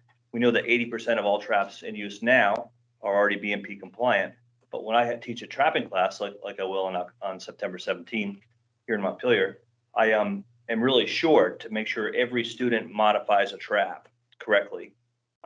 Not the welding part, but so that they're working on the swiveling, they're working on chain length, they're working on the things that we know reduce, the problems that traps can cause if they're not BMP compliant. But we could do that right here in the room sometime. This will be today because you're busy today, or it could be during a supper time another time, or we could get here early if you're interested, or whatever. Yeah, would people be interested in seeing what Kevin does? I think that would be a great part of the record. What I would also see put into the record is a collection, quite frankly, that a high school student did for us of animals in the traps. And these are videos that were put on YouTube by trappers. I would like to see that as part of our record, as well as how these modifications are actually instituted. There's a trap researcher, Gilbert Pro, and one of his criticisms of APWA's report is that it doesn't take into consideration, the psychological trauma and stress of an animal while it's restrained. That's a whole missing component of animal welfare, especially if a trap, is set, for certain species who tend to stress more during the day, pulling at the chain, self-biting. All of those things are common in trapped animals, but we don't really talk about that with APWA's BMPs. And I think it's a huge component of also, if an animal breaks a canine tooth while chewing at the trap, and that animal is a non-target is released, there's been studies shown that just one simple broken canine on an animal can impede hunting. Or if that animal has a laceration on its paw, if it's a fox, then it's going to impede your ability to pounce and catch prey. So there's a lot of stuff that's missing. So I don't think you can add psychological effects. well, actually, Funny. Paul Crew does. He's a Canadian trapper and researcher, and his trap studies do incorporate psychological trauma because it's a very real thing in trapped animals. And I would like to, there's a video that shows a coyote in a padded leg hole trap. And it shows, that animal is clearly suffering. So, there's a lot of different layers to this. I'm just trying to stay focused on our mandate and not go off the rails too much. But there's so much on either side. And if we're going to do presentations, if we're going to do demonstrations, I would like to present and demonstrate exactly what we're talking about. I would like this high school students' collection of videos of trapped animals from YouTube that trappers themselves have put up, introduced as part of that presentation and part of the record. Okay, so it sounds like, we're not going to have time to do multiple, so maybe we should just, if that doesn't. We can provide that on a flash drive. Everybody. Yeah, To there's everybody. going to be presentations, though. There should be presentations from various sides. And we should have them on flash drives, everybody's presentation. Easy enough. Were you planning to say something, or Tom, or not? Yeah, I was. So when you say that the AFWA BMPs don't consider that, we did consider that. We considered cortisol values, psychological stress, hormone levels, all those kind of things when we consulted with the veterinarians about how do you actually measure that. There's no international standard, which is what we use to measure the welfare of animals in traps by those features that are being described. So to say what level is a good value for animals or bad values, or what do those mean, they were considered and they were not considered reliable as a way to actually gauge and measure the welfare of an animal in the capture of these things. So it wasn't that they weren't considered, they were duly considered. And the measurements that are used in the ISO standard, and it's something that can be replicated, seen, trained veterinarians who know what they're looking for can document them and make an assessment of, as the veterinarians talked about, the survivability, and still trying to get traps that have none, little, or moderate type of effect or injury on the animal. So that's the context in which it was brought forward, just as background. Tim, you just crossed out the presentation of modifying traps. Can we at least provide presentation through flash drive as part of the record? Are you, for example, I think we're talking about trapped animals. I think there ought to be a record of trapped animals. Could we please at least include that? Good, that's good. I'll put it up here. We can have that conversation, sure.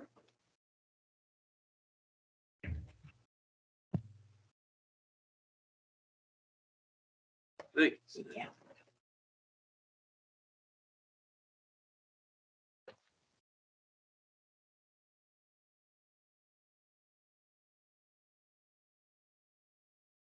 Okay. Great, thank you. So which group would like to, who's presenting for the blue group? It is you? That was multiple. Yeah. Okay, all right. Don't So, stand up, though. I guess you don't have to. So, I think that our group actually like stuck to the point of what we went through the two or the three petitions. Yep. Basically went point by point as to what we believed was should be discussed as part of the legislative mandate. Should be included as the legislative mandate is written. So first off, the DTA position, we thought that all points would be included. Okay. As far as the other petitions, location setbacks, that should be a discussion point as part of the mandate. We didn't go into details of what they should be or anything No, like that. that's great. Yeah. Just they should be included. Using baits and lures. There are several items regarding techniques, and many of them are around body gripping traps being set underwater. So anything that was included with techniques.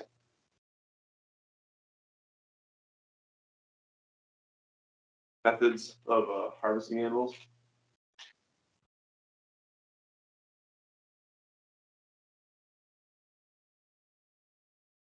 And methods of harvesting. Okay. That's not going point by point list. That was that all those were fine. We go, like I said, we did go point by point. Okay, so those are the things that your group felt like we should put on the table for further discussion. Correct. Okay. Anything else that you guys talked about that needs to be added? Did I miss anything? Okay, thank you.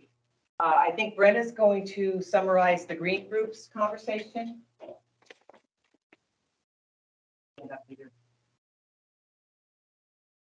So we agreed to, the minutes from last week around moving forward, there, clarify the minutes, protect our wildlife, there's no opposition to moving BTA's petition forward. We're not going to spend time nitpicking it. We don't feel that it's going to improve animal welfare at all, but it's certainly not going to make trapping any more cruel. So we're happy to move forward with that. And I'm sorry, I can't read the. Oh, sorry. And then we just got on a topic of what is Protect Our Wildlife and Green Mountain Animal Defender and HSUS's number one of our main issues is body gripping kill traps set on land and the inability to release non-targets from those traps. And we're interested in restricting those to under the water only. And animals that are typically caught in body gripping traps can still be caught, but they can be caught with cage traps or legal traps or other traps on land, but restricting body gripping kill traps to underwater only. The team or the group was interested in getting data on the incidental take of species that are caught on non-targets, both in legal traps and conibear traps. Protect Wildlife has some preliminary data that we get from public records requests, but that is not comprehensive since there's not mandatory reporting for all non-targets that are caught. Kevin Lawrence requested from Tom Decker that they share the data from the selectivity on the aqua trap testing to get more details on the national trap testing to see what that looks like. And then I raised a concern that aqua's trap testing for selectivity does not incorporate fur bearers that are incidentally trapped. It only incorporates non-fur bearers that are trapped. So we're missing a host of species from that report. So we kind of, I think, put that on hold and come back with maybe some more data from Fish and Wildlife. We spent most of our time on that, but as far as the minutes, we agreed to the minutes. And did you guys, The edited minutes. did you guys agree to the minutes as well? Remember, or maybe, We didn't really do, because they agreed on what they. yeah, did so was, since the was, last time. these were what came out of your conversation? Okay, great, thank you. Okay, so, I guess maybe we'll start, because it looks like, I didn't mean to put this under common ground. This is just blue group common ground. But I guess I would ask the green group if they have any comments about the blue group's consensus here. That these are the bullets that fall under the legislative mandate. Right. I just have a question. So the body gripping, just the way that it's written on there, I just want to be clear, body gripping traps and H2O technique. That is restricting body gripping traps to underwater only? Because that was our main ask. Yeah, I think it was asked kind of twice a year, but yes, that was as part of the May 13th. Okay. I think, and correct me if I'm wrong, you're saying these fall under the legislative mandate and deserve further discussion. That's what you're saying. Or are you saying you endorse these? No, we are saying that it is It's It the is. items that deserve further discussion? as a group and as a whole, not our individual group to Okay. say yes or no, we agree with Okay. this. It's for discussion. Okay. It's the mandate. All right. All right. Does anybody else, is everybody else comfortable with those bulleted items? The VTA petition, the location of setbacks, using baits and lures, body gripping traps, techniques in water, methods of harvesting animals. And we just, for clarity's sake, so we don't end up with confusion, the second to last bullet, restricting body gripping kill traps to water only. That the blue group, what does the blue group say to that? Is that your intent? That is what they wrote. That's what the That's what they wrote in the letter. Oh, I see. So everything's worth discussion. Yes. You guys aren't mandating anything. I'm not, Okay. yes, don't get that wrong. We didn't mandate anything. We simply went through the petitions point by point and tried to come with consensus on whether we thought those bullet points fit the mandate. There was some discussion about it, but it was just whether we should discuss it as a big group or should not discuss it at all. Yep, we all agree with it. So there were some bulleted items that you took off the table. Yes. Okay. So I guess I'll ask the full group again. Do these make sense to talk about further? Is there anything else that people feel like we need to talk about further? Or is this what, these are what we're working in, within these bullets, basically? Conversation going forward. There are other things that I think we could talk about, but I'm just not sure how long the list can be or should be to be effective.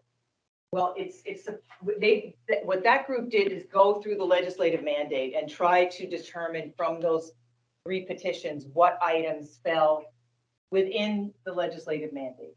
Was there an issue about putting traps at the door of beaver lodges? That's already illegal. I know it's legal. I don't. It's illegal.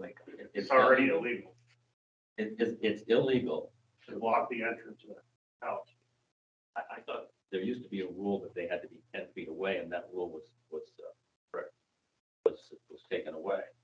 Does that rule still exist? In the month of March, they have to be 10 feet from the dam, the house, but it's always been illegal to set the entrance. So is there a distance in law whereby traps at a beaver lodge, the specific distance?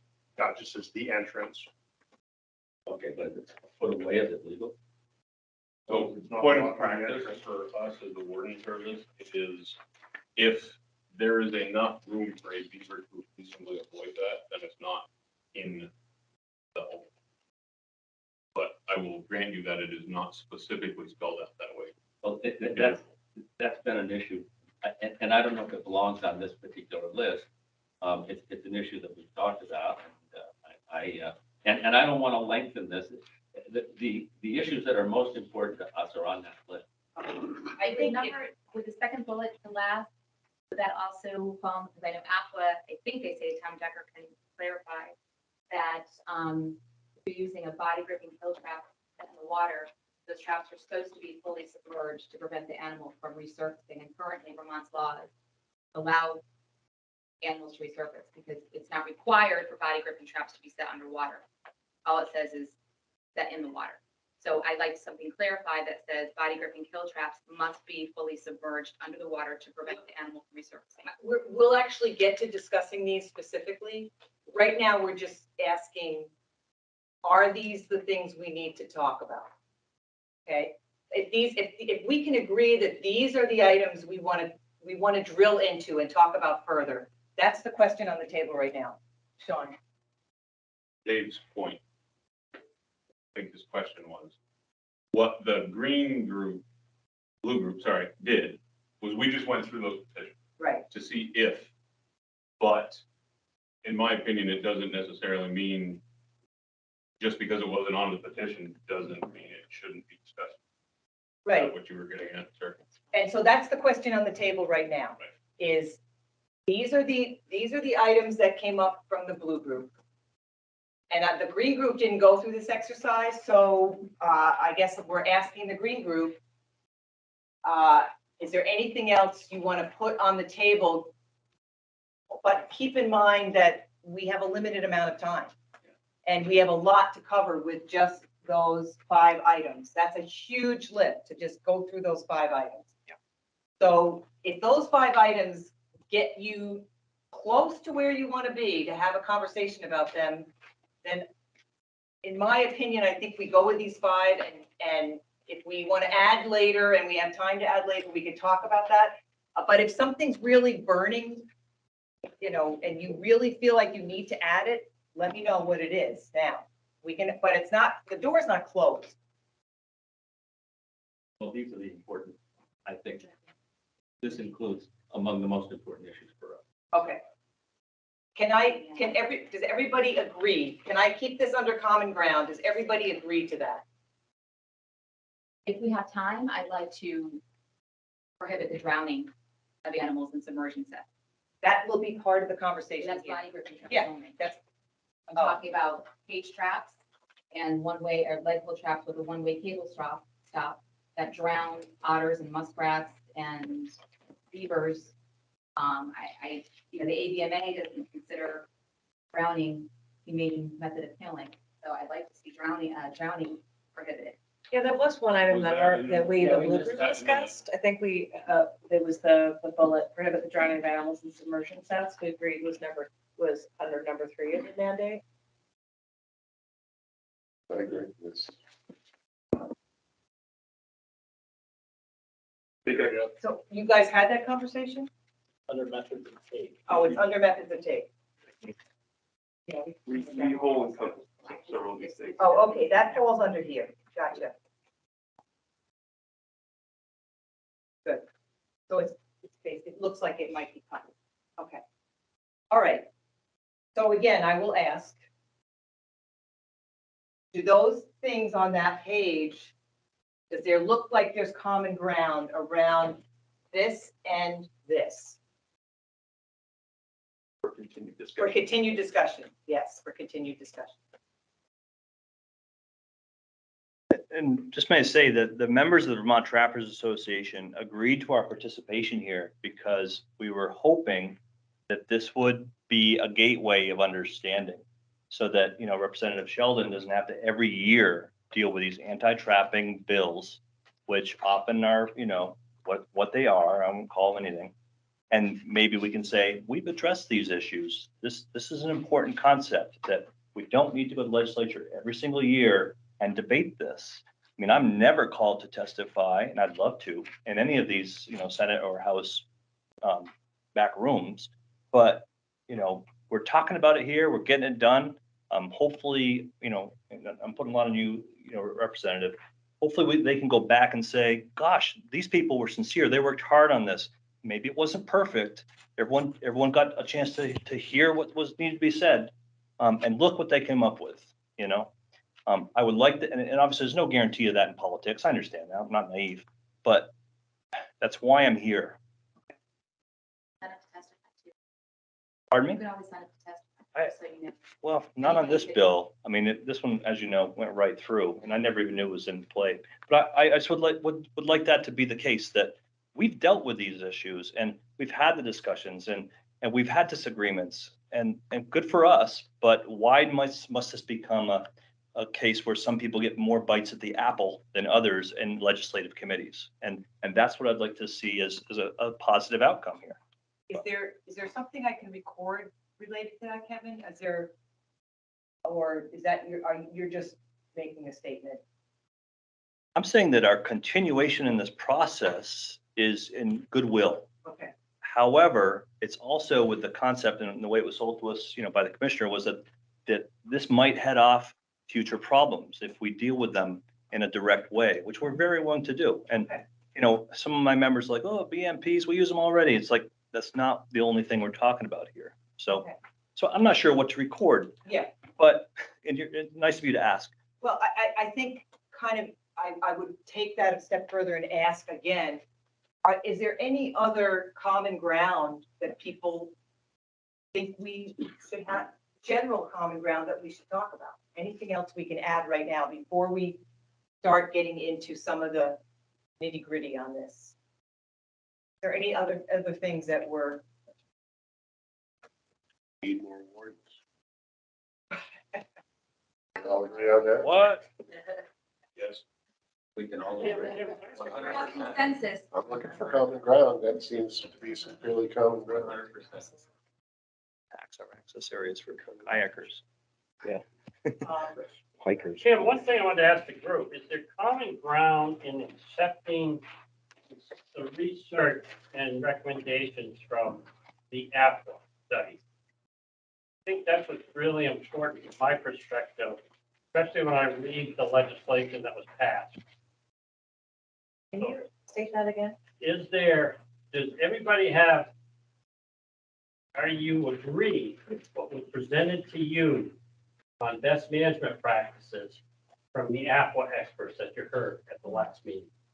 I mean, I I don't think expect. Tom talked about, they got the data, they got all this. I do Good not. point. Yeah, You do not believe in it, Yeah. okay? We don't. That's an important issue, I think, because the legislation is asking that as a key factor to follow. Yeah. APWA science and guidelines, and if you don't have an agreement with that, I think we gotta explore why or what is it that you don't agree to, what you heard at the last month's presentation from. Well, the legislation, I Let's think. stay on the same page. I can capture that, Kim, I think that really needs to Yeah. be That's really important. the APWA study and results on best management practices to make trapping more humane. If the group agreed on that study and reporting of that study. Well, and maybe the question is even more basic than that, Mark. is the research legitimate? Well, that's what I'm saying, yeah, Yeah. the results of the peer Yeah. reviewed research that was published by professionals. And that's what, because when I read the act, it's, for some reason, legislature must have put a lot of significance into that and directed.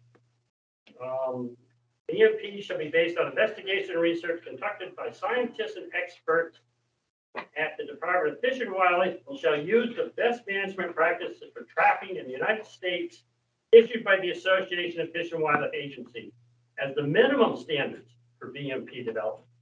So the question here, does this group believe in what you heard last week? Because that's the minimum that legislature asked you to consider.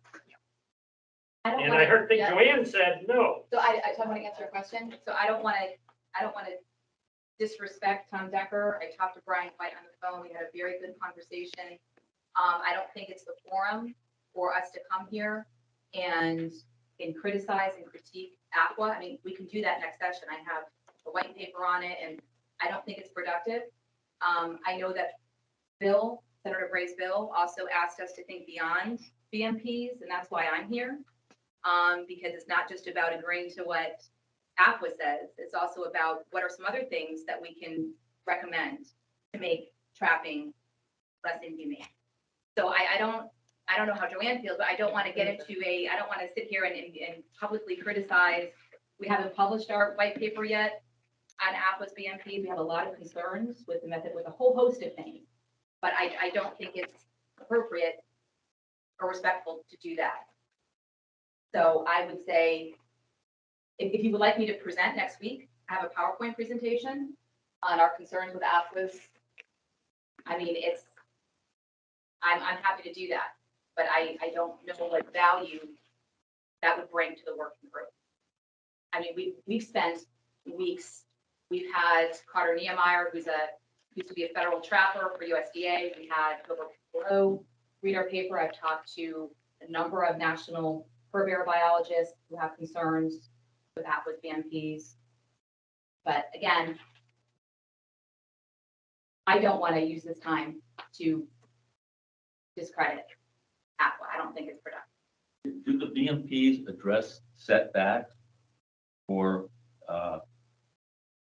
criteria for how captured animals are dispatched? No, and that's why, I mean, the BMPs address animal welfare, selectivity, efficiency, safety, and practicability. That was the design behind the BMPs. The BMPs also made it up to the trapper, put in location, set in location the trapper wanted to. So there weren't setbacks regarding that. Right. We had, Right. was it 1 million trap nights of studies over BMPs for the last decades? So there's substantial data there. But that was up to the trapper. It wasn't saying you cannot trap here, you cannot trap there. When the testing was done. Correct. Right, when the testing was done. There was no requirement that they be offset during the testing. I mean, I guess one big concern that we had, just to give you an example, is that, the trap testing out in the field, it was a trapper and his or her technician, and that technician could be the trapper's spouse, son, neighbor. So it's only a trapper and his friend out in the field recording whether or not they caught a coyote or a red-tailed hawk. I mean, so I don't think that people would feel very, like, let's just say, for example, with Protect Our Wildlife, and it was me out there and my husband, and I'm submitting all the data. I mean, I think people would be like, oh, we don't trust that data. So I think that when you have a process that has potential concerns over transparency and who are these trapping technicians, so that's just one example of just the, Yeah, I mean, it's only those two people out in the field. yeah, and I guess I hired a bunch of them. I didn't hire many, if any, that were husband and wife, or, I mean, they were generally people, technicians, people who wanted a wildlife job. So, Until there's full disclosure though, and like we know who the technicians were, and like there's, full transparency, all I'm saying is that it leaves, because this is a very, very contentious issue, and it's a very sensitive issue, that unless there's full transparency, who were the trappers, who were the technicians, was it his spouse, was it his child? Yeah. It just leaves a door open for, distrust in the process. I think that's just human nature. So Commissioner Sean, did you have your hand up, Tom? Yep. Okay, Commissioner Sean. I think I just want to just point out, I think this is one of the first things I sent in my first email. This has already been litigated, at least that we're going to follow the Apple recommendation. And so if they don't want to agree to it, it's not our job to force them to agree to it. But that's what the legislature already approved and the governor signed into law. So we're going to do that. And so I don't think there's value in arguing about the validity of it, because we can do that about everything. But it's already law. And so that is a minimum. The other topics, we'll hash them out. But I just don't think there's value in this discussion right now. Thank you. Sean? Actually, a question for Tom. Is there a place where the members of this committee can go and look at the peer review of the entire AFWA BMP process? Was it peer reviewed?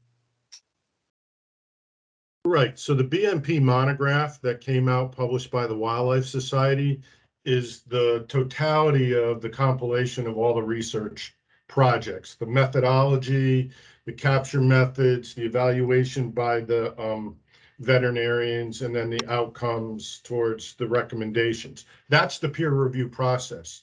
And in wildlife management, a monograph, which is usually a large body of research, is the most rigorously reviewed scientific information the Wildlife Society puts out. They also have a Journal of Wildlife Management and a Wildlife Society bulletin, but that's where peer review occurs for this whole process. And that's the real test of whether it was valid or biased or not appropriate to publish as these are the outcomes. And I frankly believe that's why the American Veterinary Medical Association and other organizations concerned with the animal welfare endorse the BMPs, because it is a science-based, rigorous process. Whether you agree with every methodology or you think there was bias in the selection of hundreds of technicians through a 25-year process, I really can't address that. As the commissioner said, I don't know that that's productive. I would just tell you it's the largest scientific study that has been published in the world on this activity for the 5 criteria that Kim outlined, and it's endorsed many places to ensure animal welfare, regardless of motive, whether it's research, harvest during a season, protection of property.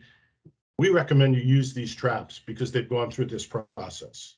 And that's what we recommend to people that they consider and use. Like the commissioner said, it's already been established. So I think we should move on. I think the consensus is, are we going to follow BMP as required by the statute? I think we can all agree to that. And I will just say that maybe, Dave, you didn't receive a copy of it, but it went out in the first email to all the members of the working group in case you want to read it. It's available to everybody here. We can make sure you get a copy. Okay. So this is what the monograph looks like. And it's long enough that we couldn't make copies for everybody, but we did send it out. Okay, so I guess I will say no here for now. Are we, so Chris, you hung those up. Do we want to try to peel one of those off and have a conversation about it and see if we can nail something down? Does that make sense to people? You want to start with something other than the first one, the VTA petition, or is that okay to start with that? Huh? Okay.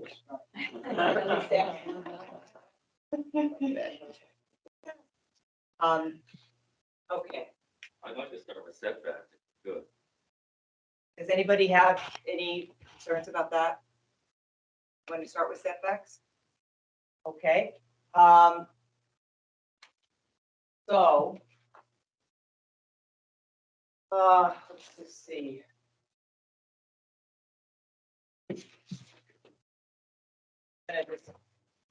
I'll just leave it like this. Okay.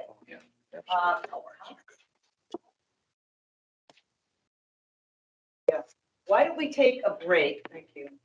And think about the setback question and what we might come to the table with, if we have any thoughts.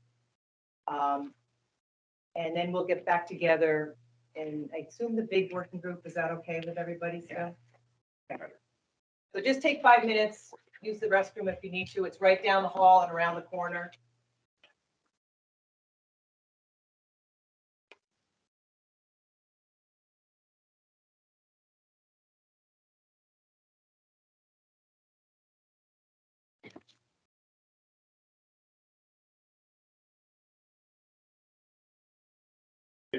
Wow. Take a little more real estate. You don't-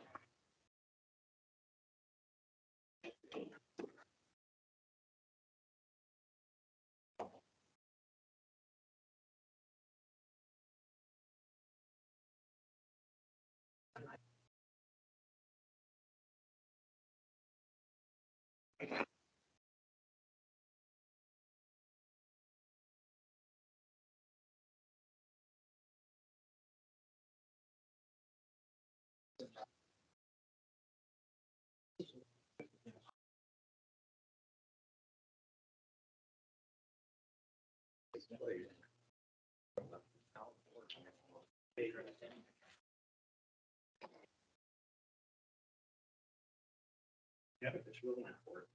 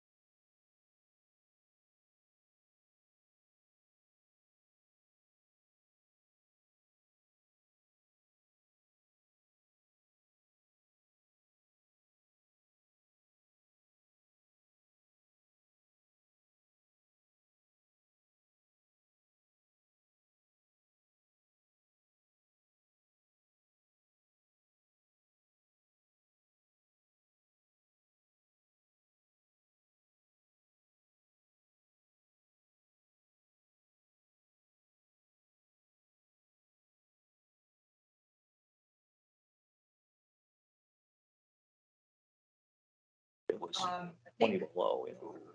That's too much. Yeah.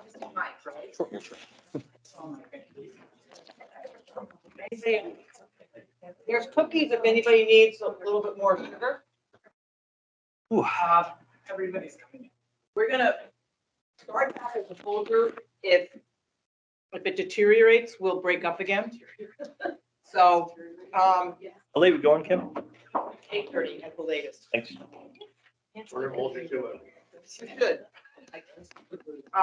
Let's see, that means we got 40 minutes to like pull this together. This is gonna be a hard topic. I'll just remind folks again, listen. Try to speak respectfully. It's gonna be hard for us to get through this, but not to be pessimistic, I'm not, I'm optimistic. But, so the question is, we're talking about setbacks. That was Dave's suggestion. What kind of recommendations, if any, would you like the department to, this is not a very well worded question, but to recommend, or would you like the group to recommend to the department? I lived in Montana for 7 years and I like the Montana law. Is the biggest sticking point figuring out what public land is? Is that what we kind of answered? Or, yeah, I mean, because I would like to, I have the idea 150 feet away from any public trail, away from trailheads, public campgrounds, but I think we still need to define, what. I was thinking like examples like, Campbelltown or any place in the state where traffic is allowed, which is everywhere, for the most part, on public lands. To recreate, Are you excluding private land? Yes, that was our petition is public land. Because I think people should have a certain assurance when they're out recreating on our shared public lands that their dog's not going to get killed in a bear or on a vegetable track. Our petition was not, I think if you're on private lands, you take a risk, We have trails all through the private land, trails that are advertised and mapped by the select board and the town conservation commission. Yeah. Those are really important. Yeah.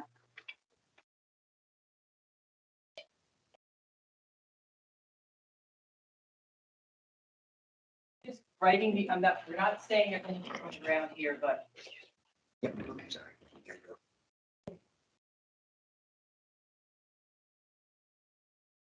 And is there another setback document? Yeah, It was one that was it's, passed out halfway through. Yeah. it's for this gentleman. Did you not get one? Well, I'll get you one. I haven't had a chance to read through all the information that Cassie gathered, but I think the New Mexico law looks really good too. I think states that have setback requirements, they must have had the same challenge of defining what is public land. I think we all want the same thing. We want to have assurance when we're recreating on public lands that we're safe.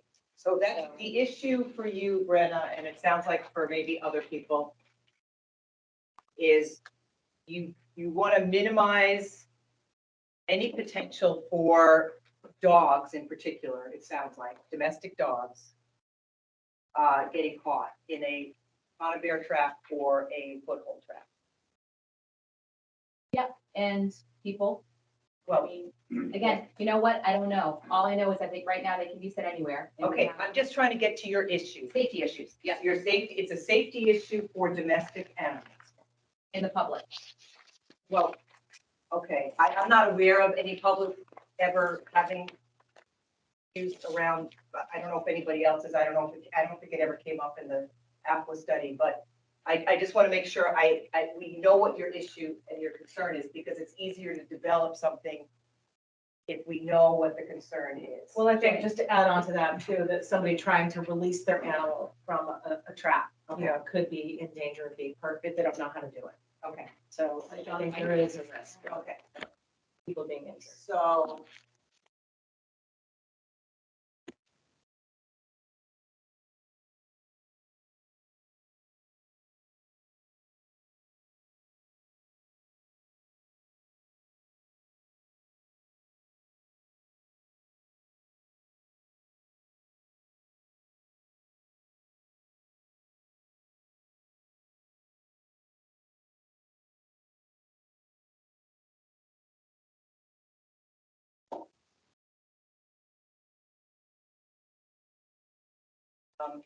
Yes, Mike.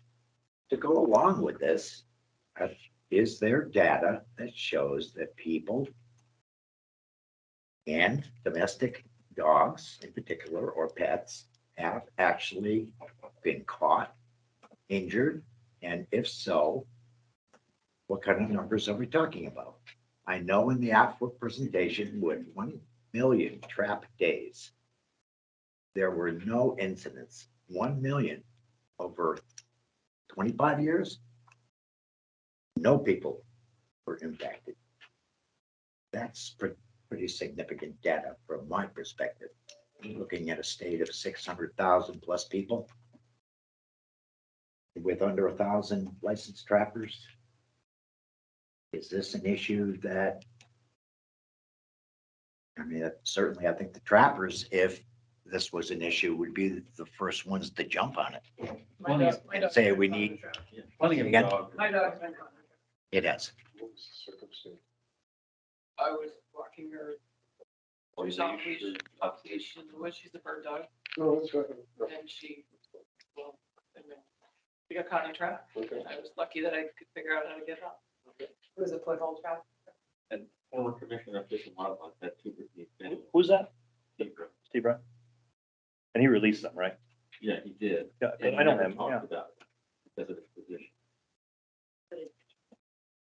Was this like public or private land, just to ask like circumstances for public or private land? Hunting on public land. One of our members actually had her dog on a retractable leash, which was very interesting, in the southern part of the state, and her dog was trapped in public land. I don't know what state park.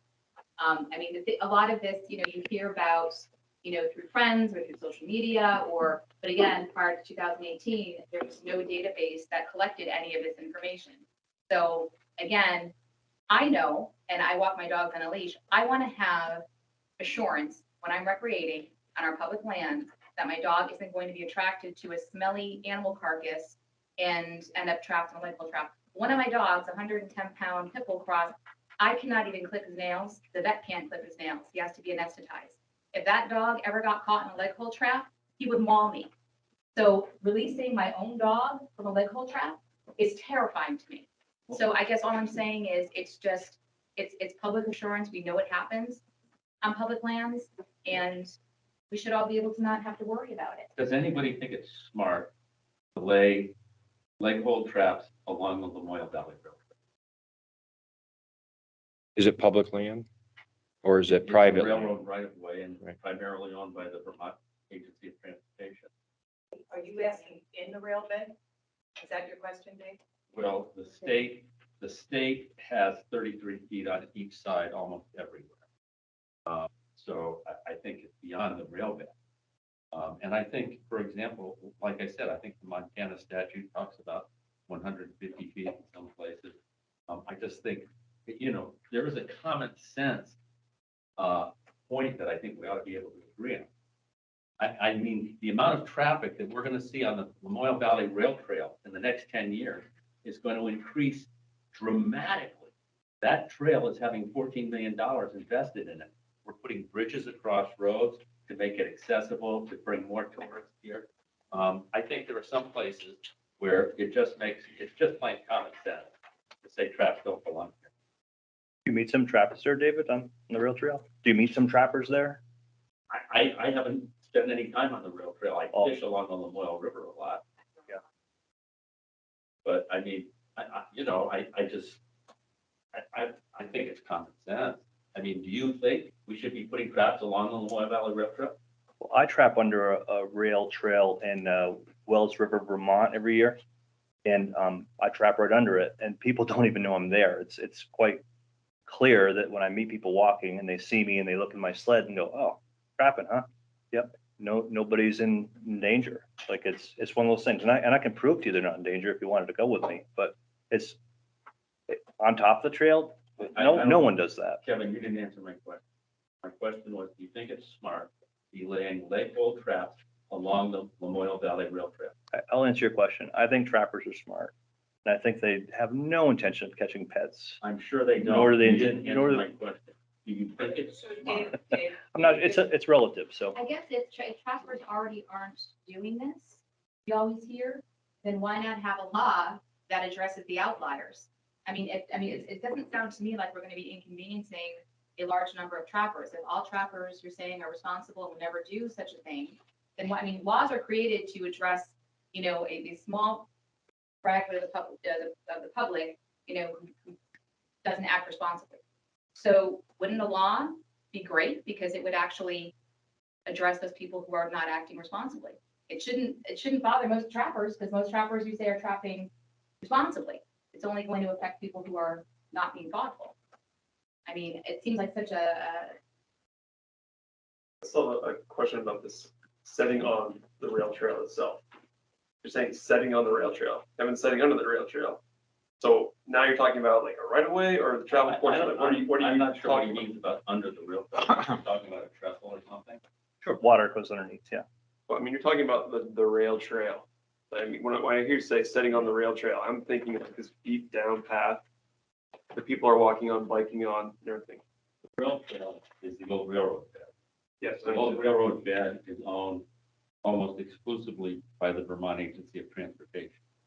And their property rights extend, quite a ways beyond the old track itself. In fact, by law, it has to be at least 66 feet wide. In New Mexico, I'm just reading, no lands that may be made within 75 feet of a public road or trail. I have colleagues, part of the Wildlife for All Coalition, who work in New Mexico on wildlife protection matters. I can have them get in touch with or Catherine or somebody wants to contact New Mexico Fish and Game and figure out how they were able to navigate around the public road issue. I understand it's confusing and I get that and it could be clearer, but I think other states have trap setbacks. So why don't we figure out what their best practices are and institute them? You're talking every rail trail in the state? Well, let's say I'm on Memorial Valley Rail Trail and I might walk 50 feet, 100 feet off of it. But but you want to do all the trails in the state of Vermont, like rail trails? Because where we are, there's a lot of private Yeah. land. We have a rail trail So. and people wouldn't be able to use their own land. So public trails. Yep, this Right. is a public trail. Yeah. So if I own 1 acre right there and I'm trapping, I wouldn't be able to trap. Probably if I was behind my house. Well, you've got people hiking there, and it's reasonably expected that people are gonna be there recreating with their dog.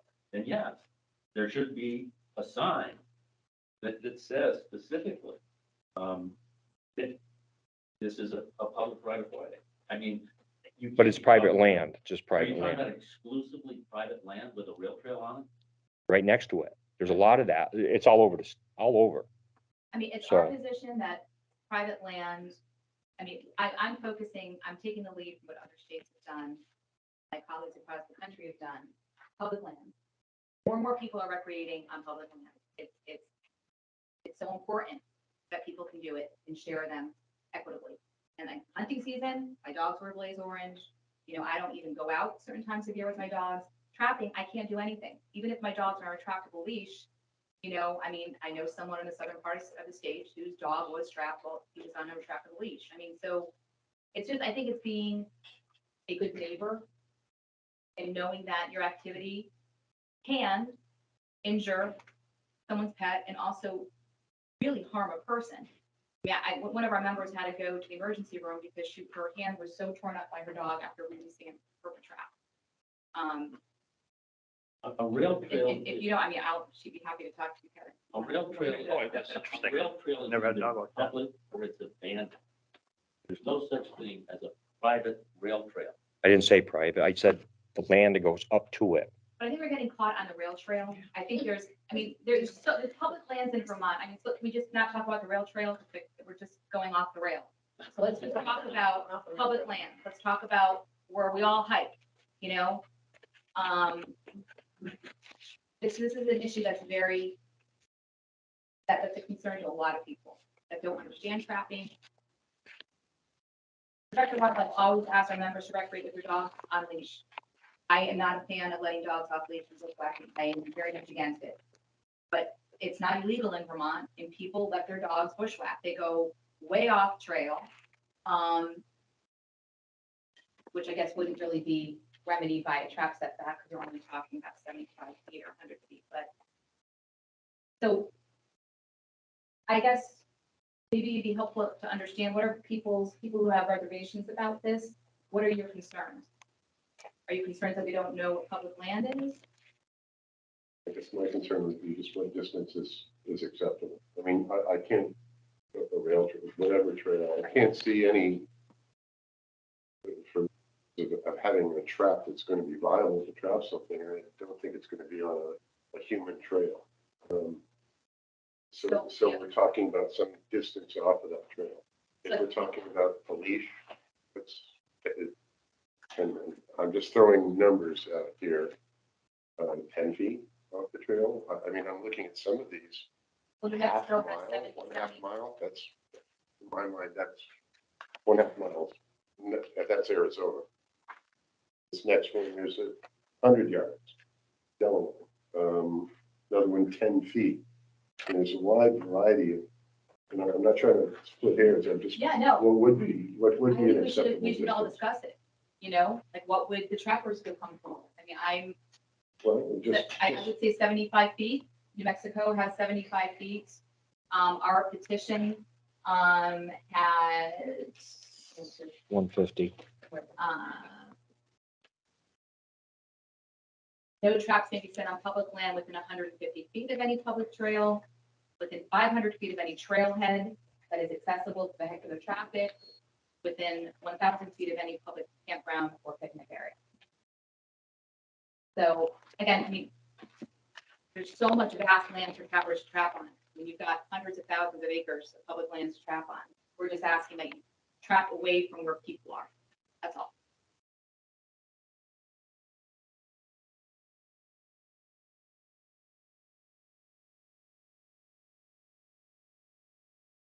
Might be worth pointing out right here that the state statute that covers the discharge of hunting or of firearms while hunting is 25 feet.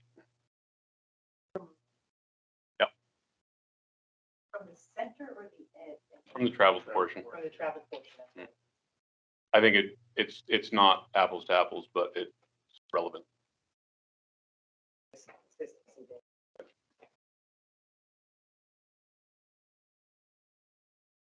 The states, if I recall, excluded water sets, culverts, and is that New York?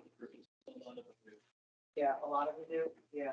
Yeah, because in Williston, Allen Trail there, one of our members, for body gripping field traps set in very shallow water in Williston, in a private traffic recreational area a couple of years ago, where she's out with her kids and her dogs. I mean, our river in Stowe was so low in November, and it was fairly warm. My dogs were in it, you know, and there could be a body gripping field trap in the river that's not fully submerged because it's not required to be, and it could kill my dog. You know, Brenda, the one in Williston, do you know if that was a fur trapper or was it a nuisance trapper? Do you it know? was a fur trapper. I can get you, I have the details. I was just curious. Yeah.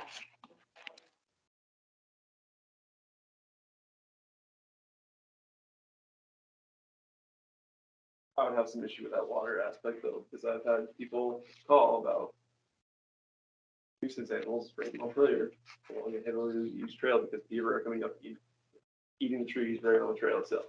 So if you're trying to push back from that point, then the beaver are just gonna come in and take all the trees that they had planted, do dry ditch and green up the area.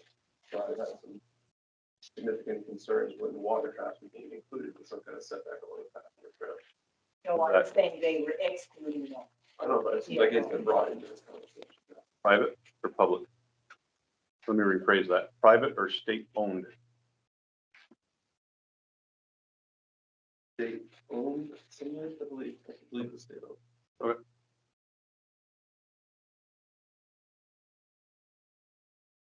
Municipally owned. Well, there's a difference. There's a difference, I know. There's a difference. And that's kind of what I was trying to get at in the beginning, is there is a substantial difference between those things.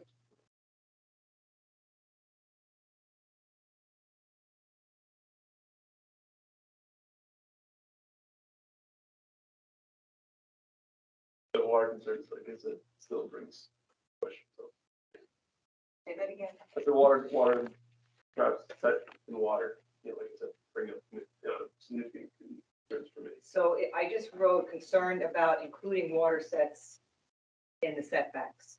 Does that reflect what you're trying to say? Yeah, I'm more concerned with that's something. Yeah, yes, Okay. that's good.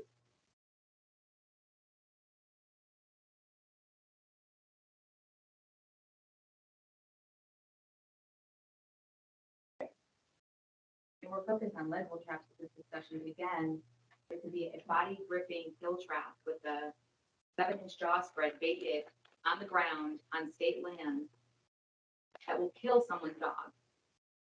I mean, so again, our laws are so permissive as far as that's concerned. I mean, the only restriction is that if they're 8 inches or larger, these body gripping kill traps, they have to be set 5 feet off the ground.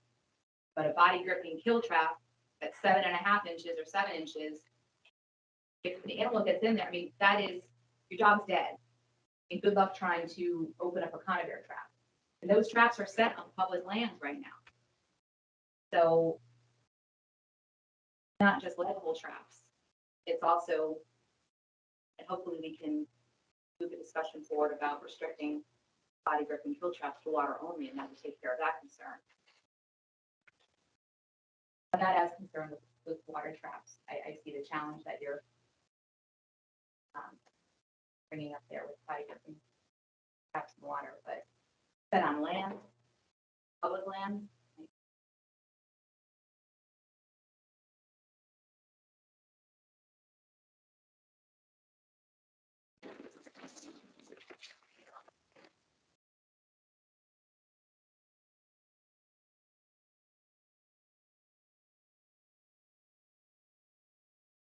Any thoughts? Yeah, I would just offer just an observation, but, and I say this, I own a $3,000 hunting dog. I live in a part of the state where the Agency of Natural Resource owns 50% of its lands. I use public lands a lot.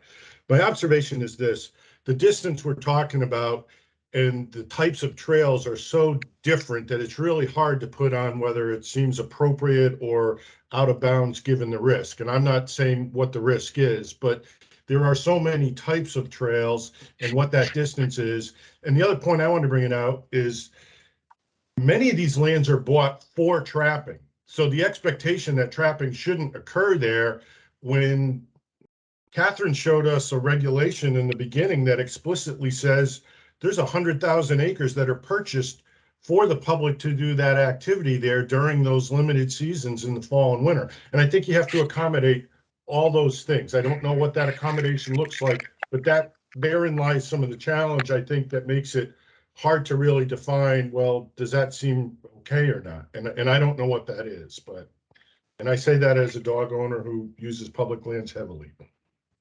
Maybe sign it. And we don't want to ban, we're not saying banning trapping on WMAs. I mean, I don't think anyone in this conversation, we're not talking about banning trapping on WMAs. We're talking about just setting traps in such a way that people can safely recreate and not worry about their pets getting trapped, not getting injured, releasing your pet from a trap. But the discussion about banning trapping on WMAs was never a conversation part of this group. I don't even know, and maybe we need to call, or actually, you might know, given another role. Are there states that have setbacks on WMAs? Are we even able to do that? I think Montana has setbacks on WMA. They have trails throughout the wildlife management. Well, they also have Bureau of Land Management land, That's right. like those federal Yeah, lands I mean, too. Right. Probably fall under their own rules. Wildlife management areas were bought with hunting and trapping dollars. PRA funds are too. What? Ammunition goes into a large part of that. Right, Yeah. that's what PR Yeah. dollars are. Well, I mean, Gas there's also and motorboats. Tom, is your hand intentionally raised, or did you, I think you put it back down. maybe he lost? No, it's there. You took it down. Yeah, I just Sorry. didn't know if, yeah. Oh, were you gonna follow up or no? No, I'm all set. Thank you.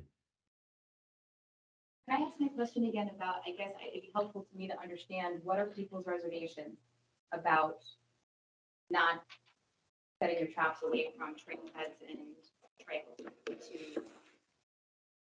Then, once we know what your concerns are, we can hopefully work towards. But knowing that other states have trap setbacks and knowing that Vermont is one of the #1 states that have dogs, and how many people are recreating on public lands, I mean, it's an issue. And it's also, it's part of the legislative mandate. It's clear that on #4, we have to incorporate this. And there's tremendous resistance, and I guess I don't understand why. All the states are using, I mean, you're using the big setbacks in some of them there, but like Wyoming there, they give out a brochure before season starts to let everybody know the trapping's coming on. And they actually got a brochure going out, how to take a pet out. Just, that's what they put out Like the too. kiosks. Yep. with And that's, trailheads. yep. That would be a You great know, idea. and New Hampshire has nothing. That's a state pretty close to us. And it can't be in the trail in New Hampshire. You know, I would love that's it. that. That's all their law says. It doesn't say feet, it says off the trail or cart paths. I mean, comparing a lot of states. So I mean, but yeah, I'd rather compare closer states too, I think. But Vermont is very different from Massachusetts, which is restricting most trapping. And I mean, this is an issue in Vermont because trapping here, the laws are pretty permissive. And there was relatively a larger number of trappers, I think, than other states percentage wise.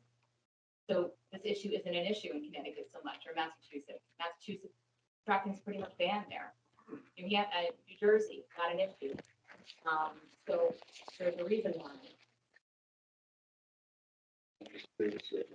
For the numbers that POW came up with, no traps, we set 150 any public trail or 500 feet of any trailhead. What was, clearly we're looking for some space there. And to David, your thought as well is concerning your trail. Nobody's going to be setting traps on trails. So we're talking some distance off. What would be an acceptable number, David, for the rail trail you're referring to? Yeah, that's a good question. You know, I would say a minimum of 50 feet on each side. Why 50? I'm not trying to be confrontational. I mean, if you. And some. Yeah, right. You look at what other states are doing. I was just looking at the Montana. Well, I guess coming back to leash laws and being out in public with a dog typically needs to be on leash unless it's on private land. Yeah, there is no leash law in Vermont. Well, I wish that's there was. perhaps another thing you might find some common ground on. Sure. But But there's no leash law. For years, I hunted with an English setter, and he was never on. And she didn't need to be on. But she was all over the place. And quite frankly, Steve Brittany weren't on it. They were bird dogs. I mean, how about 75 feet? I answer your question. So the way I look at this, so when we start talking about public lands, let's start with WMAs. I don't think there's a place for this, a ban anywhere on WMAs. For the reason that those pieces of property were specifically bought for hunting, fishing, and trapping. There's that. When we start talking about other state-owned public lands, other lands owned by A&R, I'll use the Groton State Forest because I am very familiar with it and there are trails all through it. When you start talking about a mandatory setback from the Spruce Mountain Hiking Trail in the Groton State Forest, that makes sense in my head. It just does. The distance, I don't know. I also think it's not a very common problem. And the reason I say that is because every time I hike that, you have to literally like dance around coyote droppings. And I think if people really wanted to catch coyotes, that would be a good place to do it. But they don't because they're going to catch every dog that goes up and down the mountain. When we start talking about things like the Lamoille Valley Rail Trail, I'm in and other town trail systems that you were talking about. I understand where you're coming from because logically these are places that are promoted for the public to go recreate. The problem is like the rail trail, it's like you said, it's for the most part is owned by AOT, but there is a section of old railroad bed that goes from Plainfield Village, where I live, all the way over to Kevin's neck of the woods. And that particular one, it gets a lot of use, goes right through the center of the Groton State Forest. But that section is owned by the state, but everything else around it, outside of the state forest, is reverted back to the private landowners. So if Kevin owns 2,000 acres around there, and that trail goes right through the middle of it, now we're restricting Kevin because he's a trapper, because this trail happens to go through the center of his property. It's the same thing with some of the town municipal hiking trails. The only way someone can trap around those things is if they have permission from the landowner where the trail goes through. Because there's a cooperative agreement between the municipality and those private landowners, and I'm sure it's a case by case in every single one. So I like what you said, Brenna, about where we're talking about state-owned public lands.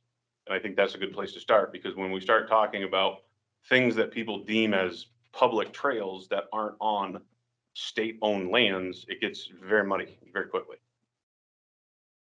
So I think with that, given that we only have 10 minutes, I want to just go over and help me with this, folks, whether we have any consensus in the room. It sounds like, I mean, it almost feels like you stated something, Sean, and the question is, do people agree with that? Is there, because that sort of was a summary of the conversation in my mind.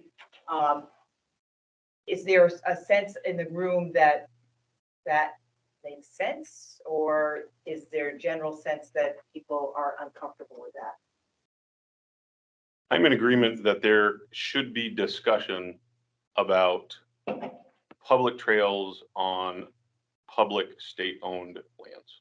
Excluding WMAs. Yes. What do we do in a town like? WMAs are there? Do you have any idea? 134,000. And then state lands are like.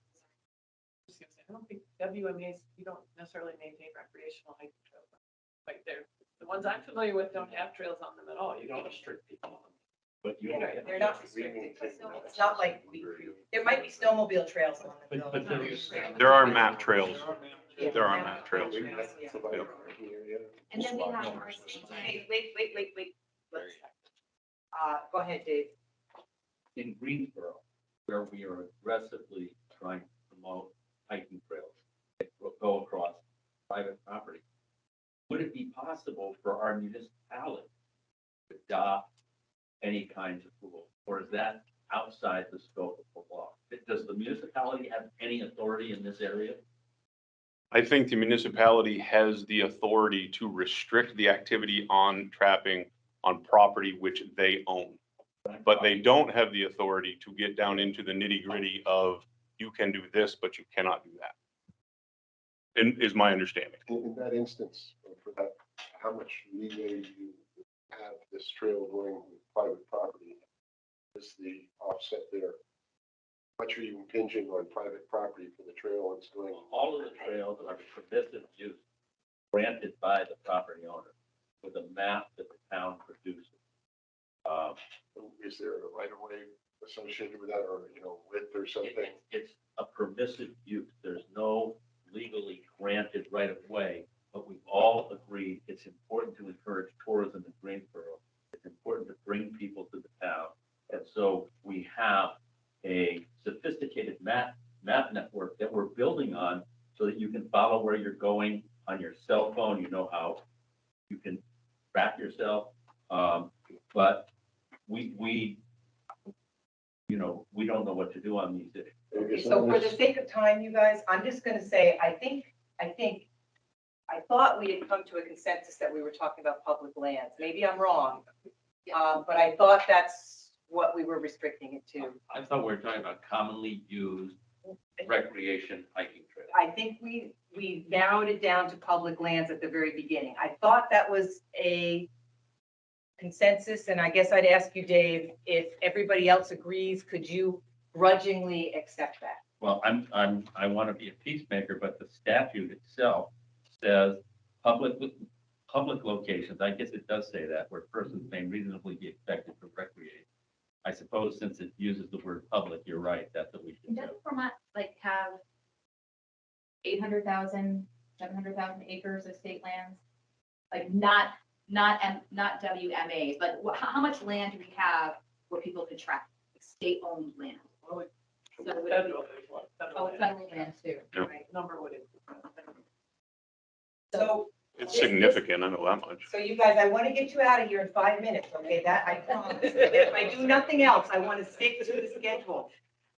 So I just want to take a minute to just again ask.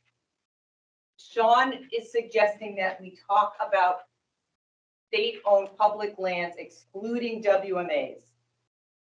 And if that, there is some consensus around that, my suggestion would be that we all think about this before the next meeting. And think about whether there's some reasonable things that we can bring to the table. Should we, I don't know what the process is, but I mean, I think we have consensus on this, but is there any way to track that so we don't have anybody coming back next week and saying, hey, yeah, This person and that person he's recording and he is typing and he's typing. So between the three, hopefully We got it have covered. it. If those three don't have consensus. Well, that would be, yeah, I'm gonna pull my hair out, actually. For the record, I agree with Sean. Okay, thank you. All right. We could just ask everybody individually, very pointedly, whether they agree with it or not. I teach fifth graders, we do the fun Or thumb does down thing. anyone disagree? Thank you, Amy. Does anybody disagree? Just one question. WMAs don't have like, there's not a lot of recreational trails in WMAs. I don't think that's a fair statement. I don't think that's a fair statement to say. And it's convoluted, but I think we were forced into mapping some of our trails from outside entities. The point where we had to exclude horses and mountain bike Right. trails and that kind of Right. stuff. So there are definitely trails on And them. what's the percentage paid for those lands? It depends on, All of our state WMAs are supported by PR funds, 100%? licensed, all of them. I don't know, most of it is, yes, the management work on them is 100% supported by PR funds and state license dollars. And we get some legislative capital money for some of the infrastructure improvements, parking lots, some of the few buildings we have.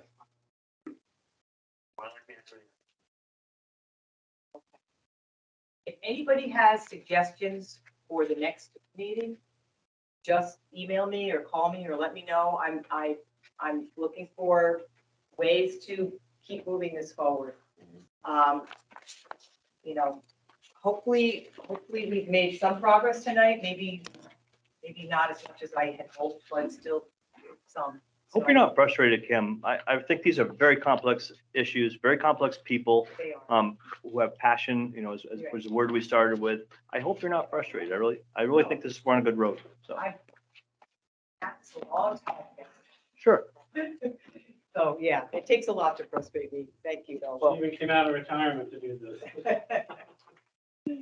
Yeah, no, I appreciate the conversation. I really do. And I really feel like people talked from the heart tonight and we got some information passed back and forth. So thank you, everybody, for coming. And I guess Dave, probably Rob will be back the next time. I think so, yeah. Okay, and I hope we see everybody else who's not, I guess, probably Mike will be back next time. Can you just remind us the date? Is it the 8th? It's the 8th, September 8th, yeah.